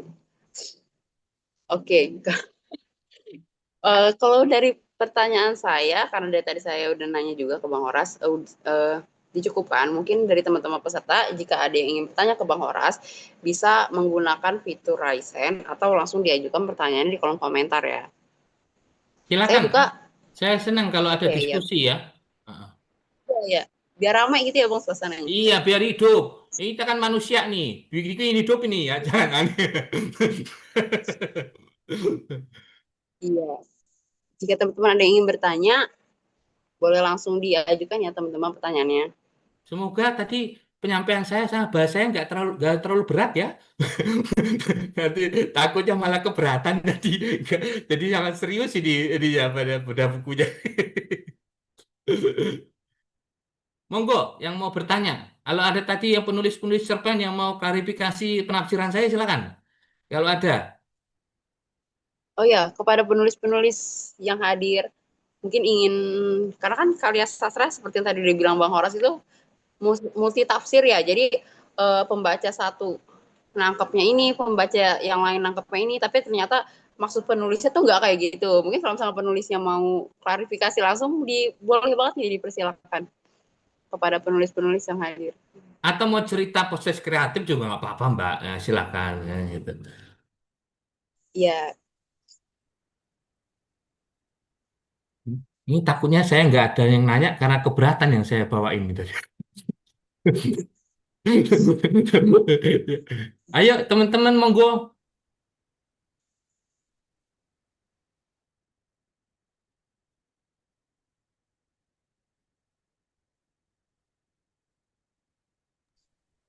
mungkin saya masih penasaran sedikit. Satu pertanyaan dari saya lagi, boleh Bang? Silakan. Loh, banyak juga nggak apa-apa. Oke, kira-kira dari 10 cerpen yang ada di antologi ini, menurut Bang Horas, ada nggak cerpen salah satu atau salah dua atau berapa gitu cerpen tertentu yang cukup merepresentasikan kehidupan nyata, kondisi nyata sekarang saat ini? Ah, ini nih. Meskipun tidak saya unggulkan ya, meskipun tidak saya unggulkan ya, tetapi saya mengapresiasi judul buku. Judul buku ini loh, ya, Mengurai 404 itu, ya. Karena kenapa? Sangat merepresentasikan kekinian. Ya, kita semua ya melek teknologi ya, melek teknologi gitu kan. Bahwa bahasa yang disampaikan lewat teknologi itu berhasil ditangkap oleh penulisnya. Siapa tadi ya? Lulu Utami ya, saya masih sampai ingat ya. Lulu Utami disampaikan oleh Lulu Utami sebagai materi cerpen untuk ya menyadarkan kita bahwa marilah bijak dalam mencermati, membaca bahasa dalam teknologi digawai. Tidak semua perlu dibaca, tidak semua penting untuk dilihat. Ya, ya, bahasa-bahasa itu karena bisa memengaruhi pemikiran kita. Itu kalau yang saya sampaikan, Mbak Salsa, karena sekali lagi saya juga melihat sekarang orang itu jam untuk menggunakan teknologi sangat mungkin ada dari 24 jam kita sebagian besar lah berpegang HP ya kayaknya pegang HP habis itu lihat Instagram ya Instagram habis itu baca-baca scroll gitu ya itu Mbak Lulu Utami itu berhasil menangkap kalau kita udah bilang dalam keilmuan udah katanya adalah fenomena ya bisa diterangkan lewat panca indera nah itu kalau udah keilmuan ngomong istilahnya fenomena ya dia ditangkap dengan panca indera. Terima kasih Mbak Lulu Tami. Ada kayak yang tadi Mbak Lulu Tami ini. Terima kasih ya Mbak Lulu Tami ya atas cerita pendeknya yang berhasil menangkap fenomena kekinian. Ya, kalau misalnya mau diteliti sebagai tulisan ilmiah juga bisa. Kita cari teorinya, kita lihat analisis dan seterusnya. Tapi Mbak Lulu Utami sudah menangkapnya sebagai fenomena kekinian dalam sastra cerita pendek. Itu Mbak Salsa karena yang terdekat yang ya udah ini loh HP saya nih udah ini HP saya ini. Nah, ini sudah nih ceritanya Mbak Lulu ini nih. Ceritanya Mbak Lulu ini tentang ini nih HP saya nih. Nah gitu. Bahasa algoritma gitu. Demikian.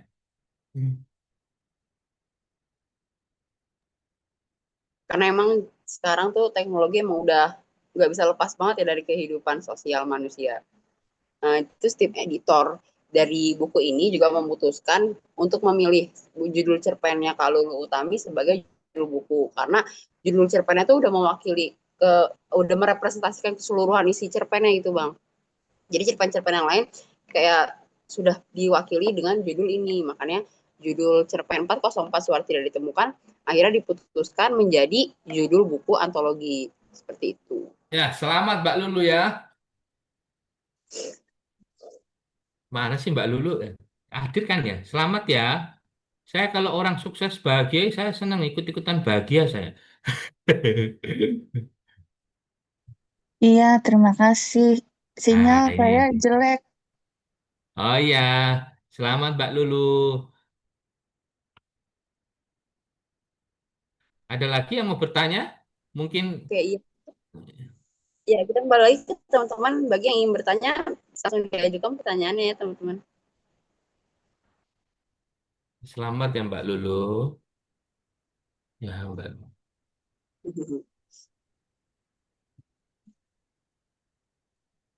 Ya,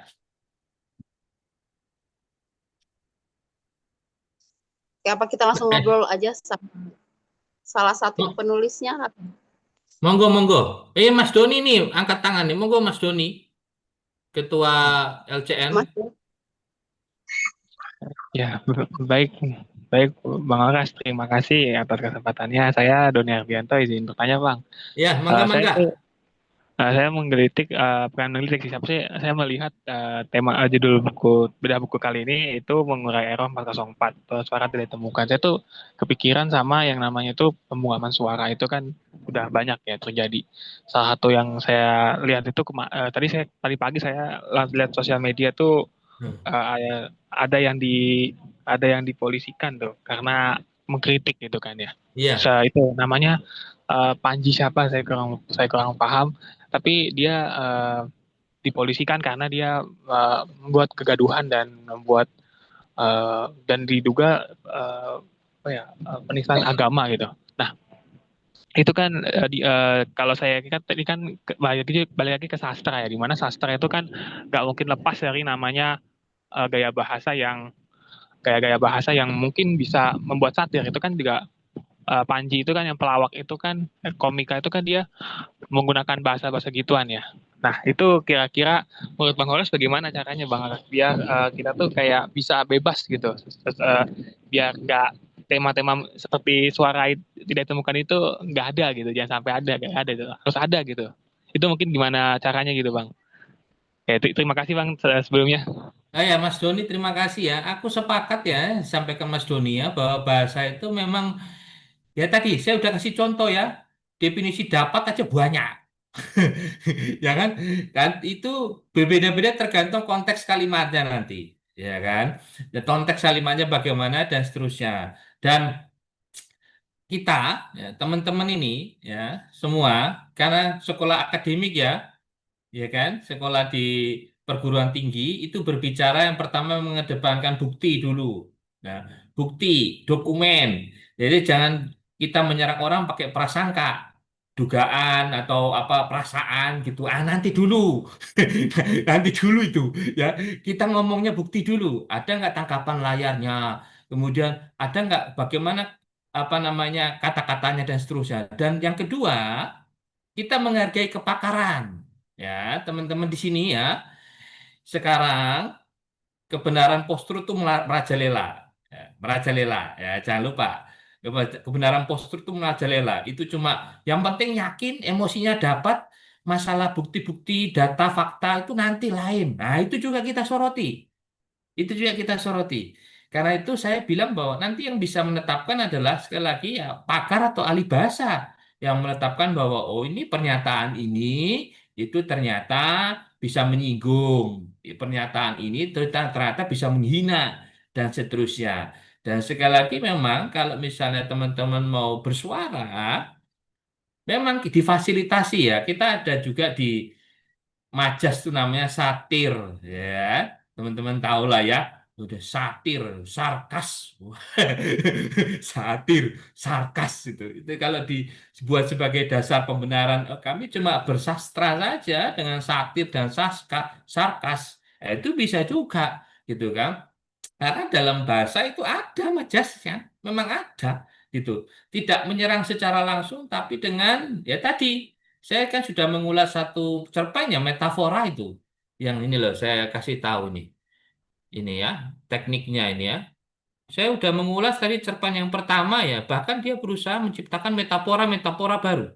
Ya ini.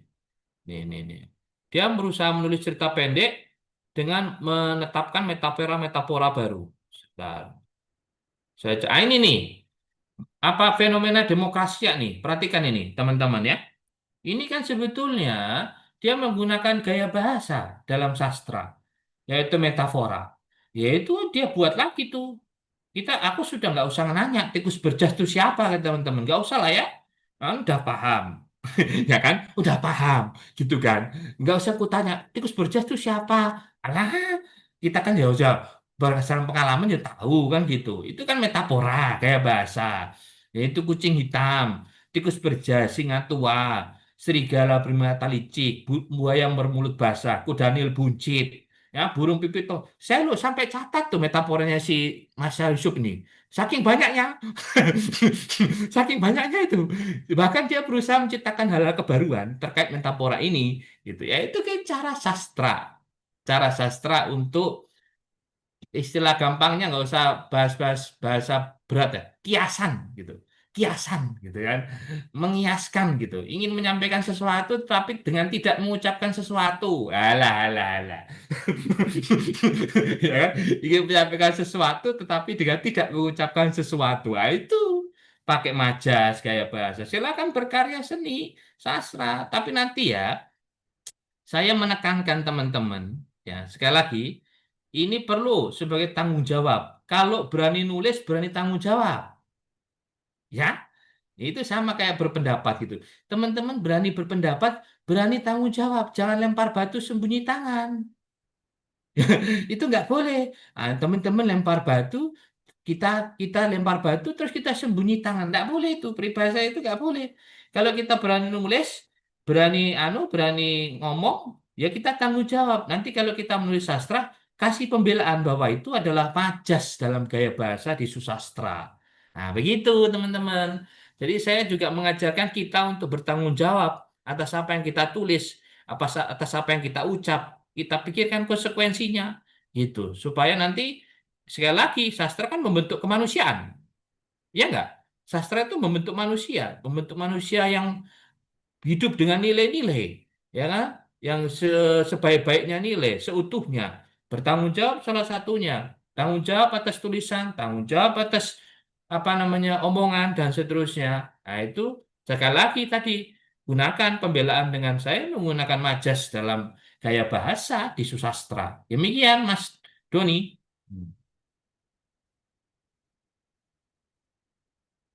Oke, baik Pak, terima kasih. Berarti emang kalau mau misalnya mau kritik itu mungkin harus ini juga ya berdasarkan fakta juga ya. Ya jadi nggak asal nyablak gitu ya, bisa dibilang gitu ya. Ya, Ya, keilmuan, Mas, keilmuan. Teman-teman di sini kan mahasiswa, keilmuan. iya, betul betul. Karena kalau nggak gitu susah juga nantinya. Ya, baik, terima kasih Bang Aras atas jawabannya. Sudah puas ya jawabannya. Iya, saya kasih saran satu lagi ya, teman-teman kalau mahasiswa ya, keilmuan. Kalau mau ngasih pendapat, keilmuan. Karena kalau enggak, turunkan aja gelarnya itu. Ya, nanti kalau misalnya dapat gelar SS gitu, terus ngasih pendapat kagak keilmuan, malu malu ya, udah sekolah akademik soalnya kan gitu. Ada lagi, monggo.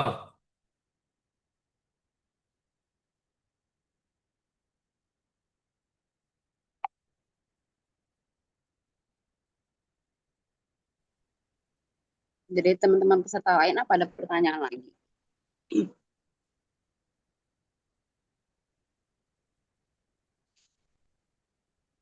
Ini mau dicetak Jika berapa ada buku, Mbak Salsa? Bukunya kenapa Bang? Mohon maaf. mau dicetak berapa buku? Saya dapatkan ya. Iya dapat dapat Iya, Bang. iya, iya. Iya dapat. Kenang-kenangan. Iya. Ayo teman-teman, aku nggak pernah nyalain loh ya, nggak pernah nyalain. Apa belajar ngomong aja gitu, berpendapat. Kan nulisnya nulis ini, kalau nulis kebebasan berekspresi ya silakan aja berekspresi gini, ngomong gitu ya. Kita belajar aja juga tulisan sastra ini di pendapat ketika forum seperti ini kan begitu.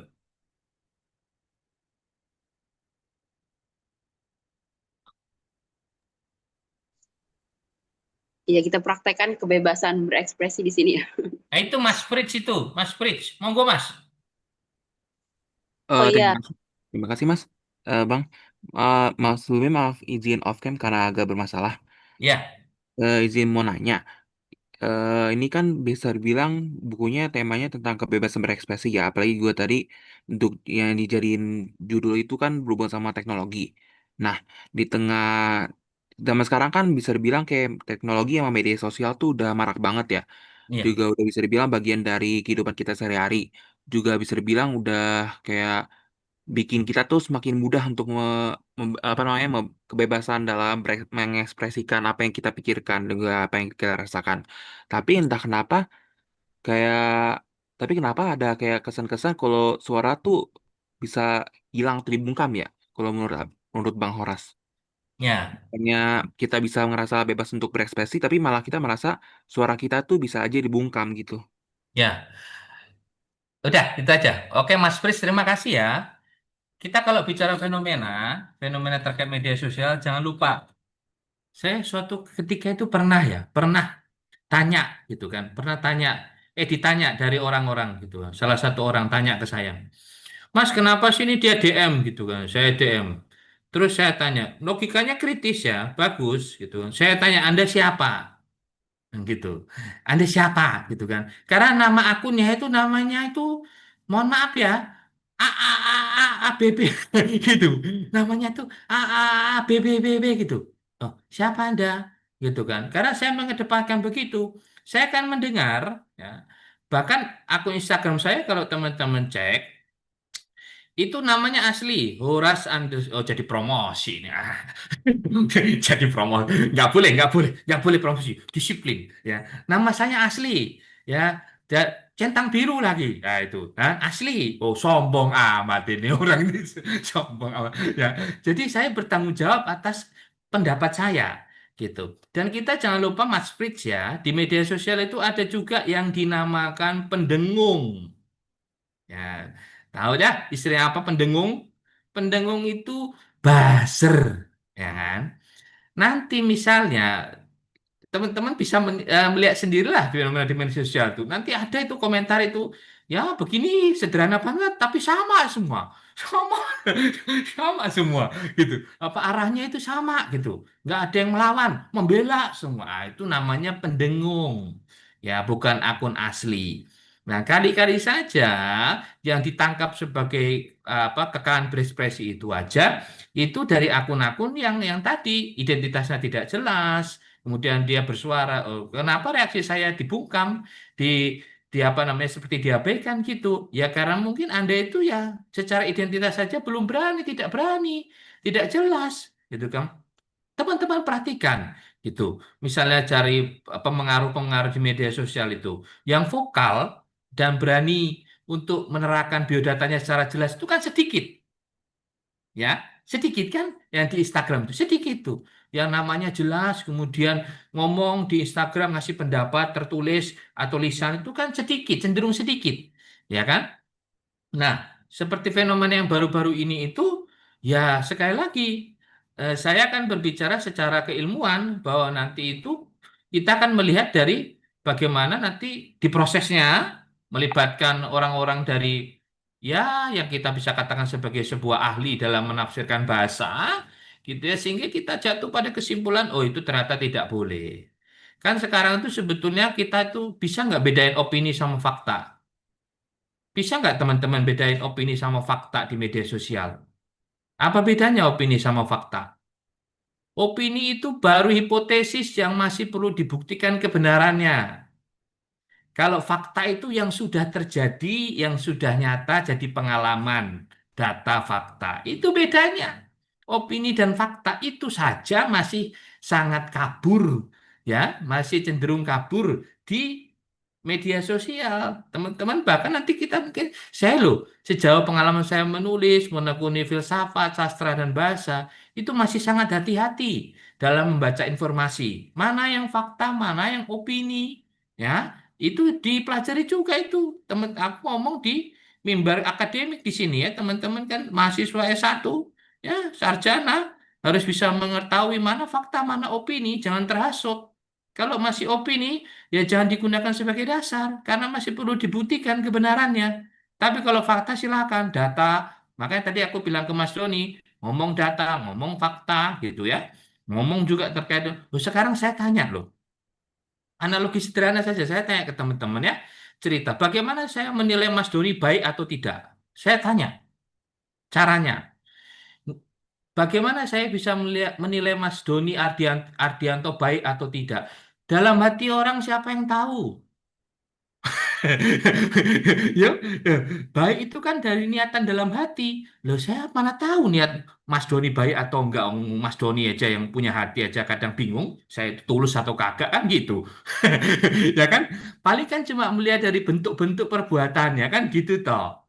Ya kan? Apa yang dilakukan, apa yang diucapkan. Tapi kalau menilai niat dalam hati itu agak sulit secara apa namanya benar-benar kita menentukan oh ini yang baiknya tulus nih, ini tidak ada kepentingan apapun nih, oh ini ini bagian dari pendukung ini, itu gak sulit itu, paling kita cuma bisa melihat dari tindakan atau perbuatannya. Jadi kesimpulannya bukan kesimpulan deh, jadi Mas Fritz, kita harus memetakan dulu ini ya, bahwa yang dirasakan atau dipandang sebagai sebuah pembungkaman atau apa, dilihat dulu kasuistisnya, kasus-kasusnya. Apakah data dari yang bersuara itu sudah sahih, benar? Kemudian kita juga bisa menetapkan itu setelah nanti proses. Apa yang dinamakan kita bisa melihat bahwa seseorang harus bertanggung jawab dan ucapannya, kebebasan berekspresi itu tidak harus asal jeplak ya, tidak boleh asal jeplak sebetulnya ya, karena kita bertanggung jawab, kita dikasih akal, dikasih rasio oleh Yang Maha Kuasa untuk mempertanggungjawabkan pendapat itu secara rasional, bisa diterima, kemudian ada data dan fakta buktinya. Nah, itu nanti diselesaikan di apa proses-proses selanjutnya yang sudah mungkin menyangka baru prasangka saja atas tadi. Mungkin ada yang dirasa bahwa ada yang berpendapat dia tidak seluas-luasa lah itulah merasa dibungkam. Demikian Mas Fritz. Terima Oke, kasih benar. banyak Bang buat jawabannya. Ini ada yang Ya, nanya ini. di kolom chat Iya, iya. saya punya Bang. Dari Dani Agustiawan. Iya. Bagaimana cara menciptakan karakter yang terasa hidup dalam durasi cerita yang pendek? Nah, menarik nih Bang, tentang teknis penulisan cerita pendek. Iya. Teman-teman sudah belajar showing sama telling kan? Sudah belajar belum? Showing dan telling bedanya apa Mbak Salsa?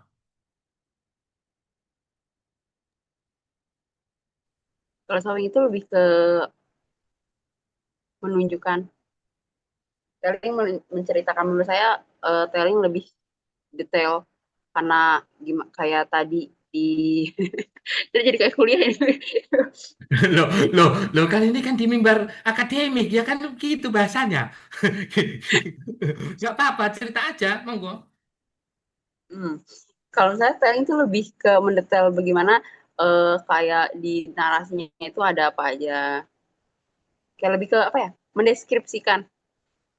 Ya, jadi kalau ini contoh sederhana ya, kalau membuat hidup itu kita harus berkenalan dengan diri kita, mengenali mata, mengenali hidung, mengenali mulut, mengenali telinga, mengenali kulit. Ya, itu showing itu. Istilahnya berusaha untuk mendekatkan diri kita kepada pengalaman indrawi.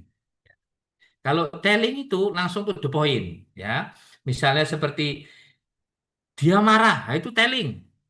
Tapi kalau showing adalah matanya melotot, uratnya menegang. Wah, gitu ya. Uratnya menegang. Kita lihat dulu, kenali eh, ekspresi muka ketika marah itu apa aja. Nah, matanya melotot, kemudian uratnya menegang, kemudian apa? eh, Hidungnya mendengus gitu, hidungnya mendengus. Nah, itu showing itu menceritakan secara detail. Tellingnya apa? Tellingnya cuma dia ngomong, ya dia marah kan gitu. Itu lebih hidup, lebih hidup. Ah ini nih. Nah, itu ada kasih contoh itu, bagus itu. Apa namanya, Mas Pris itu. Ah, senang. Telling itu ngomongnya senang. Tapi kalau showing itu matanya jadi membulat. Tanda-tanda, pertanda senang itu apa? Matanya membulat, wajahnya berubah cerah. Oh, ini Mas Prit ini sudah ngasih ngasih penjelasan ini. Jadi hidup ketika kita lebih menekankan ke showing, mendekatkan diri kita kepada pengalaman indrawi, ya, mata, hidung, telinga, kemudian kulit, kemudian apa lagi? Ya indra keenam ya. Indra keenam. Indra keenam. Indra keenam. Indra keenam itu antara percaya atau enggak sih ya itu. Ya udahlah ya nanti aja itu dibahas tuh ya. Indra Indra lima indra aja. Nah, itu Mas Fritz sudah bantu saya menjawab. Terima kasih ya Mas Fritz ya.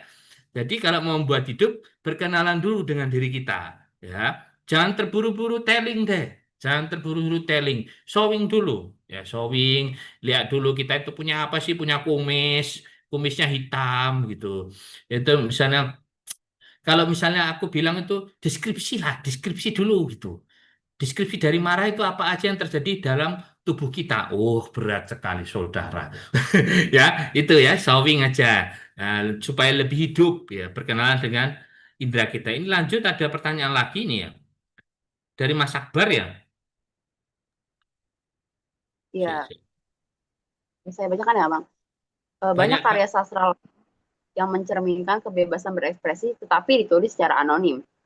Apakah anonimitas tersebut menunjukkan keterbatasan kebebasan berekspresi pada zamannya dan bagaimana perbedaannya dengan kebebasan berekspresi dalam cerpen masa kini? Nah, menarik ini, menarik. Kita harus melihat masa penulisan karya tersebut ya. Ditulis pada zaman tahun berapa. Ya, dan kita bisa mengerti bahwa pemberitaan kita itu melewati banyak masa ya. Apa aja, teman-teman? Langsung dong ya, ya ada orde lama, orde baru, reformasi, ya kan? Dan saya mungkin melihat bahwa salah satu cara itu anonimitas itu mungkin pada saat itu ya, ya saya kan nggak hidup di zaman orde baru ya. Saya ya nggak tua-tua amat lah ya, masih muda lah gitu. Masih masih muda gitu ya. Yang lama-lama itu kan ditulis di zamannya. Kita harus melihat sesuatu itu secara kompleks ya. Bagaimana kehidupan sosial, bagaimana pemerintahan zaman itu, bagaimana kebebasan bersuara saat itu, gitu kan? Loh, zaman aku kecil loh, maaf maaf kata ya Mbak ya, Mas ya kalau tahu, kalau kita bisa, aku boleh bercerita ya, itu sama bapak saya aja takut kok. Iya takut ya kan? Itu kalau misalnya saya dimarahi guru di SD gitu, terus saya ngobrol sama bapak saya dimarahi lagi. Iya itu ya, dimarahi dua kali gitu, dimarahi dua kali ya itu zaman mungkin beda ya, saya nggak bisa memaksakan juga ya, teman-teman mungkin udah melewati zaman yang lain gitu ya. Kalau sekarang dimarahi guru di SD dilaporin ke polisi. Ya kan, kalau saya dimarahi guru di SD saya laporin ke bapak saya, dimarahin itu, jangan kamu nangis dulu kan gitu. Nah itu apa masa ketika itu tuh berbeda memang. Setiap masa itu punya apa ya? Punya ceritanya sendiri, punya situasinya sendiri. Bahwa kebebasan berpendapat itu kita bisa lihat pada masa itu, pada masa bagaimana kehidupan sosialnya, pada masa gimana pemerintahannya dan seterusnya. Mungkin nih prasangka saya baru hipotesis ya, belum sebuah fakta bahwa anonimitas itu sebagai salah satu jalan tadi, ya mungkin ketakutan dan seterusnya.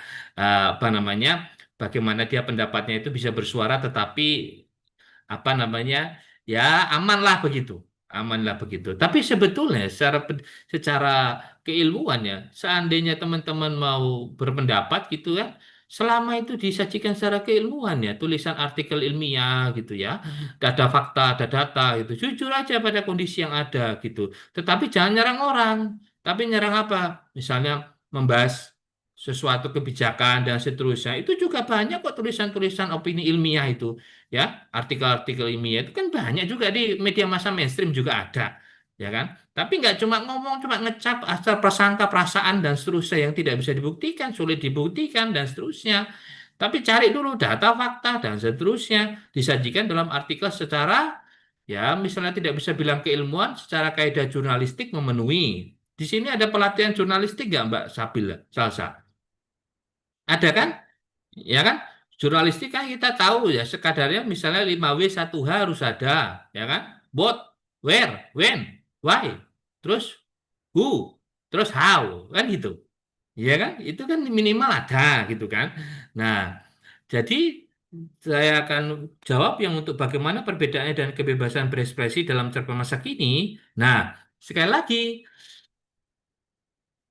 saya menekankan pada nilai ya. Maksud saya nilai kemanusiaan. Karena sastra itu ilmu humaniora ya, membahas mempelajari tentang nilai. Kita kalau mau berpendapat, kita tanggung jawab atas pendapatnya. Ya. Saya tidak menyetujui tentang peribahasa lempar batu sembunyi tangan. Itu sama sekali tidak gentleman. Lempar batu sembunyi tangan itu kamu yang melakukan tapi tapi nggak mau kamu nongol gitu.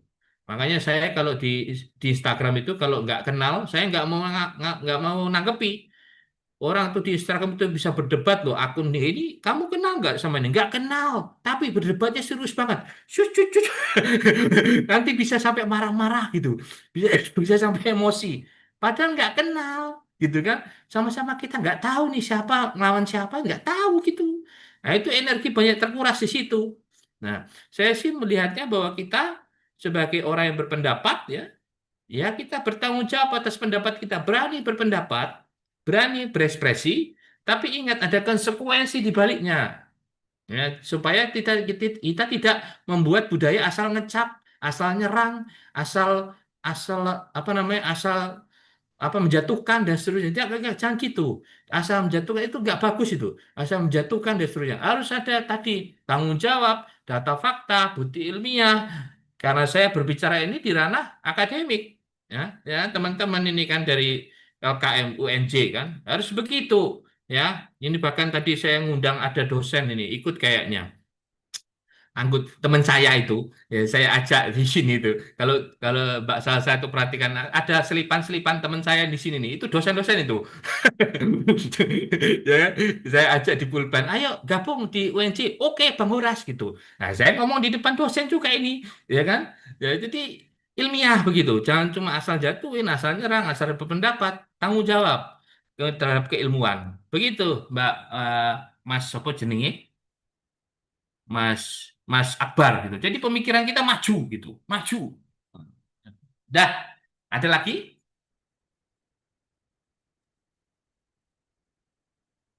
Ya, sepertinya untuk pertanyaan di kolom komentar sudah tidak ada lagi, nih Bang. Ya, ya. Oke. Jadi karena sesi tanya jawabnya udah selesai, tadi pertanyaannya udah dijawab juga sama Bang Horas, jadinya berakhir pula sesi bedah buku bersama Bang Horas ini Bang. Tapi sebagai ucapan terima kasih banget nih dari LKM kepada Bang Horas karena telah bersedia jadi pembicara di acara Mengurai Error 404 Suara Tidak Ditemukan, dan juga udah jadi Dewan Juri di Lomba Cerpen Nasional tahun lalu. Kami akan memberikan sertifikat digital nih Bang sebagai kenang-kenangan. Ya, ya, terima kasih ya. Oke, mungkin dari teman-teman panitia boleh ditampilkan sertifikat sertifikat digitalnya.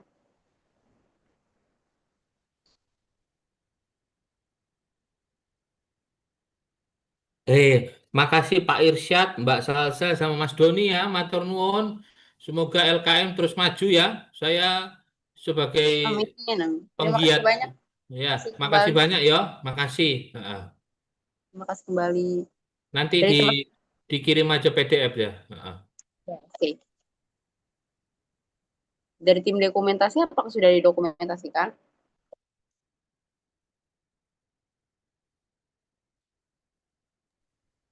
Sudah, Kak Rara. Oke, terima Terima kasih. kasih. Banyak Bang Horas. Iya, iya. Oke, tapi kalau jika Bang Horas masih ingin membersamai kami di ruangan Zoom ini, kami benar-benar berterima kasih banget karena setelah ini masih ada sesi ngobrol bareng sama salah satu penulis di cerpennya, di antologi cerpen ya maksud saya. Oh, ya udah, aku izin dulu ya, teman-teman ya. Eh, salah satu kalimat pemungkas saya ya. Tadi sastra itu membentuk manusia, ya. Jangan pandai di teori, tapi kelakuan nol.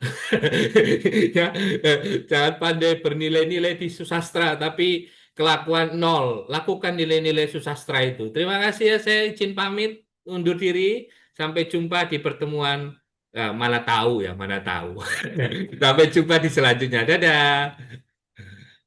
Terima kasih banyak Bang Horas. Ya, Terima makasih kasih Mbak Bang Amalia, Horas. Mbak Salsa, Mas Doni, matur nuwun sangat nggih. Ya. Oke, selanjutnya kita ngobrol bareng sama salah satu penulis buku 404 kali ya teman-teman. Apakah Kak Lulu Utami sudah membersamai kami?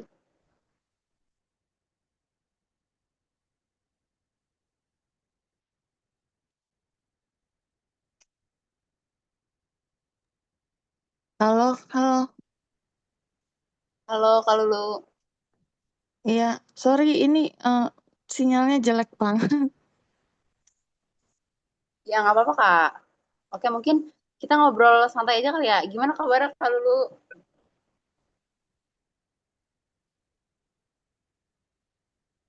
Baik, baik.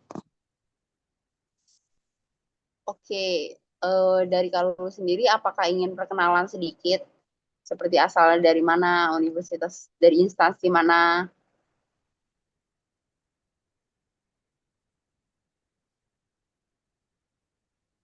Halo teman-teman. Eh, Nama saya Lulu. Saya dari Jakarta, dari Universitas Terbuka Sastra Inggris. Ya, sastra Inggris. Iya, Oke, halo. Kedengeran nggak ya? kedengeran nggak kedengeran? Oh, oke, oke. Ya, udah itu aja. Apa lagi ya? Aku Hmm, mau nanya Kak Lulu. Kira-kira Kenapa? dari, ini kan mau nanya sedikit Oke. pertanyaan. Ini dari selama proses penulisan cerpen 404 suara tidak ditemukan, ini proses kreatifnya gimana Kak? Apa mungkin kalau Lulu bisa diceritakan proses kreatif penulisan cerpennya?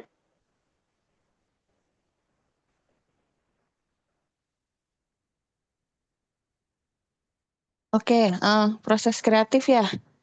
Eh, Kebetulan waktu itu saya terinspirasi dari kejadian hashtag hashtag eh, ada dua hashtag yang waktu itu cukup heboh ya, yaitu hashtag Indonesia Gelap dan kabur aja dulu. Itu sih inspirasi pertamanya.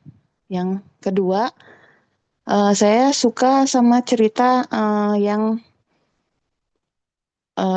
apa ya, distopia gitu seperti Hunger Games.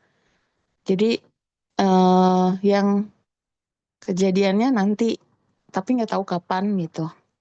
Jadi mungkin tadi apa Bang Horas bilang apa ya, kayak kayak ngelihat masa depan atau apa gitu ya. Kayak kurang lebih seperti itu. Saya suka cerita yang eh, nggak tahu kapan gitu ya. Maksudnya sih supaya apa ya, supaya eh bukan pengen bikin ramalan atau gimana ya, Kak. Tapi kayak mungkin terjadi tapi mungkin juga enggak gitu. Sebenarnya tujuannya itu. Terus saya suka cerita yang seperti itu dan saya suka sci-fi gitu. Saya suka science fiction. Jadi kenapa pakai apa namanya kayak algoritma dan sebagainya gitu. Sebenarnya algoritma itu karena saya salah pencet keyboard sih. Terus tiba-tiba keluar yang bahasa aneh gitu kan, bahasa mesin gitu. Sebenarnya gara-gara kejadian yang tidak sengaja. Terus saya pikir, oh yaudah ya dibikin kayak gini aja yuk gitu. Saya ngomong sama Wah, diri saya sendiri gitu. Sebenarnya ada kejadian yang tidak sengaja, saya salah apa namanya kepencet gitu keyboardnya. Jadi nongol yang apa tuh yang di samping kanan, yang ada sistem bla bla bla gitu. Nah, kepencet itu, jadi saya pikir, oh iya ya, ini kan bahasa juga gitu. Tapi bahasanya bahasa mesin. Ini dari kejadian itu. Jadi saya menggabungkan sesuatu yang saya suka, yaitu bukan cerpen, sorry, genre distopia plus sci-fi. Terus ada kejadian hashtag yang cukup heboh di Indonesia, ada dua. Sama kejadian nggak sengaja kepencet. Itu sih dari situ awalnya. oh, oke, oke. Awalnya aku kira kalau lu nih emang dari jurusan teknik gitu Kak, makanya banyak codingan-codingan gini. Enggak, itu adalah kejadian tidak sengaja.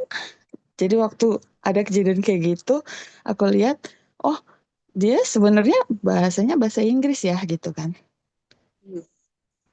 Sebenarnya bahasanya bahasa Inggris, jadi kayak udah tinggal kita ganti-ganti aja nggak sih gitu. Ini sotoy-sotoyan aku ya, aku cuman Hmm. sok-sokan aja. Ya, tapi keren Kak, karena awal dari ketidaksengajaan jadi ada di narasinya tuh bikin cerpen kayak codingan. Kelihatan nggak ya kalau di layar? Ini bentuknya udah dijadiin buku. Jadi kayak Iya kan codingan-codingan ada gitu. kata if, terus ada kata sistem gitu ya, kayak gitu. Iya, Kak. Jadi ya karena aku ngelihat mungkin kalau teman-teman pernah nggak sengaja kepencet di keyboard, itu ada yang muncul di sebelah kanan gitu. Aku nggak tahu sih, waktu itu sempat agak panik kan, komputernya kenapa nih gitu.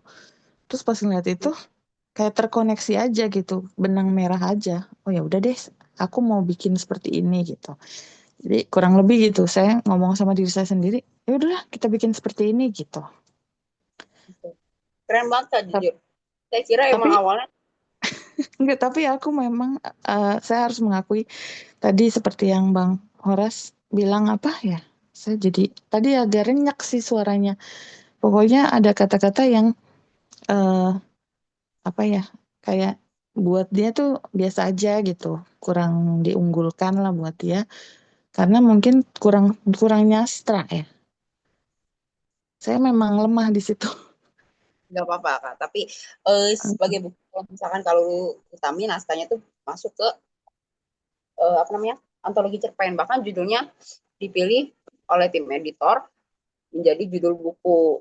Ini benar-benar keren banget Kak, jujur. Karena aku kira awalnya tuh kalau lu dari anak teknik, terus karena anak teknik kan emang udah sering codingan-codingan gini, jadi terinspirasi dari situ untuk buat cerpen kayak gini. Tapi ternyata dari ketidaksengajaan ya awalnya Kak. Iya, dari yang ketidaksengajaan itu, terus saya lihat lagi kan, itu pencet yang mana sih gitu, tuh saya baca aja. Oke, oke, keren banget Saya Kak. baca terus udah ya udah kurang lebih berarti kira-kira kayak gini kali ya gitu. Itu pakai ilmu kira-kira juga sih Kak, nggak yang apa ya bener-bener langsung copy and paste gitu enggak, cuma kayaknya oh kira-kira mungkin bahasanya gini gitu.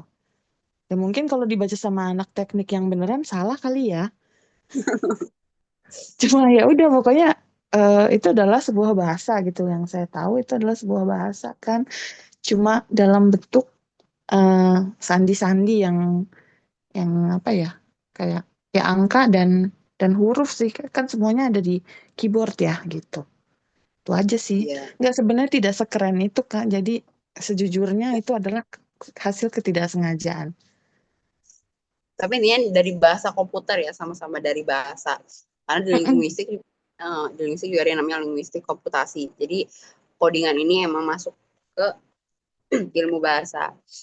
Terus juga karena kalau idenya ini dari novel distopia, tapi semoga nggak kejadian beneran ya distopia di kehidupan nyata. Agak takut juga kalau misalkan kehidupan nyata jadi distopia beneran. Oke, Iya, aku uh-uh. ya aku ada pertanyaan lagi, sedikit pertanyaan lagi buat Kak Lulu. Tadi yang kayak udah aku bilang tadi, editor buku 404 Suara Tidak Ditemukan ini kan memutuskan untuk menggunakan judul cerpen Kalulu jadi judul bukunya, karena judulnya tuh udah benar-benar mewakili keseluruhan karya. Nah, dari Kalulu sendiri selama proses pembuatan judul ini mempertimbangkan aspek apa aja Kak kira-kira? Oh, kalau dibilang nggak sengaja lagi nanti gimana ya? Jadi kayaknya gini sih, kan tokoh utamanya anonim ya, nggak ketahuan dia siapa gitu. Jadi sebenarnya kan ketika dia dicari ya dia kan nggak ditemukan gitu. Terus kebetulan juga kan kalau setiap internet kita nggak bisa nyambung tuh kan suka ada tulisannya 404 not found gitu ya. Ya itu aja Ya, sih. Udah dari situ. Jadi dari terinspirasi emang ya. terinspirasi dari kalau kita nggak bisa ditemukan ya udah tidak Ya, tapi seru ditemukan banget gitu. Kalulu judulnya. Jadi mungkin aku mewakili tim editor 404 juga meminta izin ya buat sama Kalulu untuk menggunakan judul cerpennya jadi judul antologi buku. Walaupun sebenarnya izinnya udah telat banget ini karena cerpen karena bukunya udah dijadi.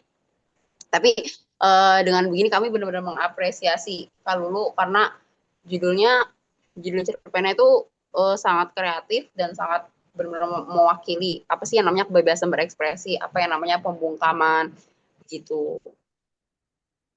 Ah iya, iya. Oke, pertanyaan terakhir ya Kak. Kira-kira saat kalau ngirim naskah 404 Suara Tidak Ditemukan ini ke lomba cerpen nasional, kepikiran nggak kalau karyanya tuh jadi karya terpilih dan diterbitkan menjadi buku? Jujur enggak ya, karena kan satu aku udah sempet sebut saya adalah orang yang lemah di sastra walaupun saya anak sastra. Eh jadi kayak nggak nyangka gitu. Terus yang kedua adalah sebenarnya saya tidak terlalu suka sama cerpen hasil karya saya. Cuma waktu itu sudah mendekati deadline, jadi kayak kalau nggak dikirim kan gimana ya, udah dikerjain gitu. Jadi kirim aja gitu. Tapi sejujurnya saya kurang suka karena apa ya, kayak ya gimana ya, kalau ada kita kan punya kesukaan ya sama sesuatu gitu. Ada beberapa cerpen yang saya setelah saya nulis saya suka gitu. Yang ini enggak gitu. Kayak yang kok gini sih gitu. Kayaknya kurang happy gitu. Dan menurut saya memang lebih cocok jadi novel. Kalau jadi cerpen tuh kayak maksa banget buat saya ya, buat yang nulisnya. Itu kayaknya ini lebih cocok jadi novel deh gitu. Kok nulis kayak gini ya gitu. Ada sedikit terasa seperti itu gitu. Tapi karena sudah mendekati deadline, daripada terlupa dan daripada apa ya kayak sia-sia udah bikin kok nggak dikirim gitu. Saya orangnya tidak suka menyesali untuk sesuatu yang tidak dilakukan. Saya lebih suka menyesal karena melakukan itu. Jadi udahlah kirim aja gitu. Oke, tapi mungkin dari cerpen ini bisa jadi jalan untuk Kalulu jadi penulis yang hebat ke depannya gitu Kak. Mungkin uh, Amin. mungkin itu kali ya Kak. Boleh nih Kak dipertimbangkan cerpen 404 Suara Tidak Ditemukan tapi versi novelnya. Iya, mungkin ya. Masalahnya saya adalah penulis yang mut-mutan. Sama relate. Nanti kalau versi udah ada kabarin ya Kak. Oke, baiklah. Oke, terima kasih ya Kak Lulu udah mau ngobrol-ngobrol sedikit sama kami di acara Mengurai Error 404 Suara Tidak Ditemukan ini. Iya, sama-sama. Oke, teman-teman, karena tadi kita udah ngobrol sama Bang Horas, udah diskusi, udah bedah buku juga sama beliau, terus juga udah ngobrol sedikit sama penulis salah satu penulis di 404 suara tidak ditemukan. Dengan ini sesi diskusi dan bedah buku sudah selesai teman-teman. Terima kasih kepada teman-teman peserta yang sudah mendengarkan dan merespon dengan antusias. Selanjutnya saya kembalikan ke Pewara. Terima kasih teman-teman.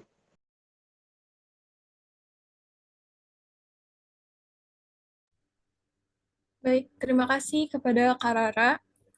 Oke teman-teman, setelah sebelumnya kita telah mendengarkan materi bedah cerpen oleh Bang Horas dan mendengarkan sesi tanya jawab dengan Kak Lulu Utami.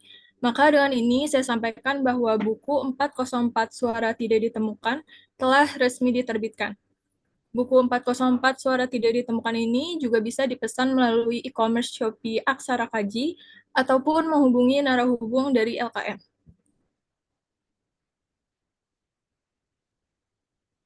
Sekali lagi, saya sampaikan terima kasih kepada Kak Edward Horas dan Kak Lulu Utami untuk ilmu dan pengalaman luar biasa yang telah diberikan pada acara hari ini. Untuk selanjutnya, kita lanjut ke acara ke sesi dokumentasi, dan setelahnya teman-teman bisa lanjut untuk mengisi link absensi yang sudah dikirimkan di kolom chat, yang akan dikirimkan di kolom chat. Untuk sesi dokumentasinya kepada kakak-kakak HPD bisa tolong dibantu ya. Baik, izin mengambil alih dari divisi HPD. Di sini ada 2 slide. Untuk slide pertama mungkin bisa dibuka dulu atau dinyalakan kameranya dan berikan pose terbaik kalian.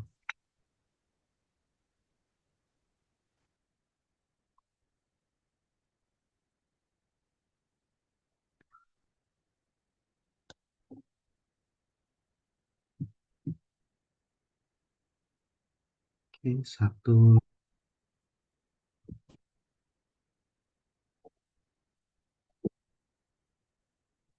Oke, untuk slide 2, silakan dinyalakan kameranya. 1, 2, 3.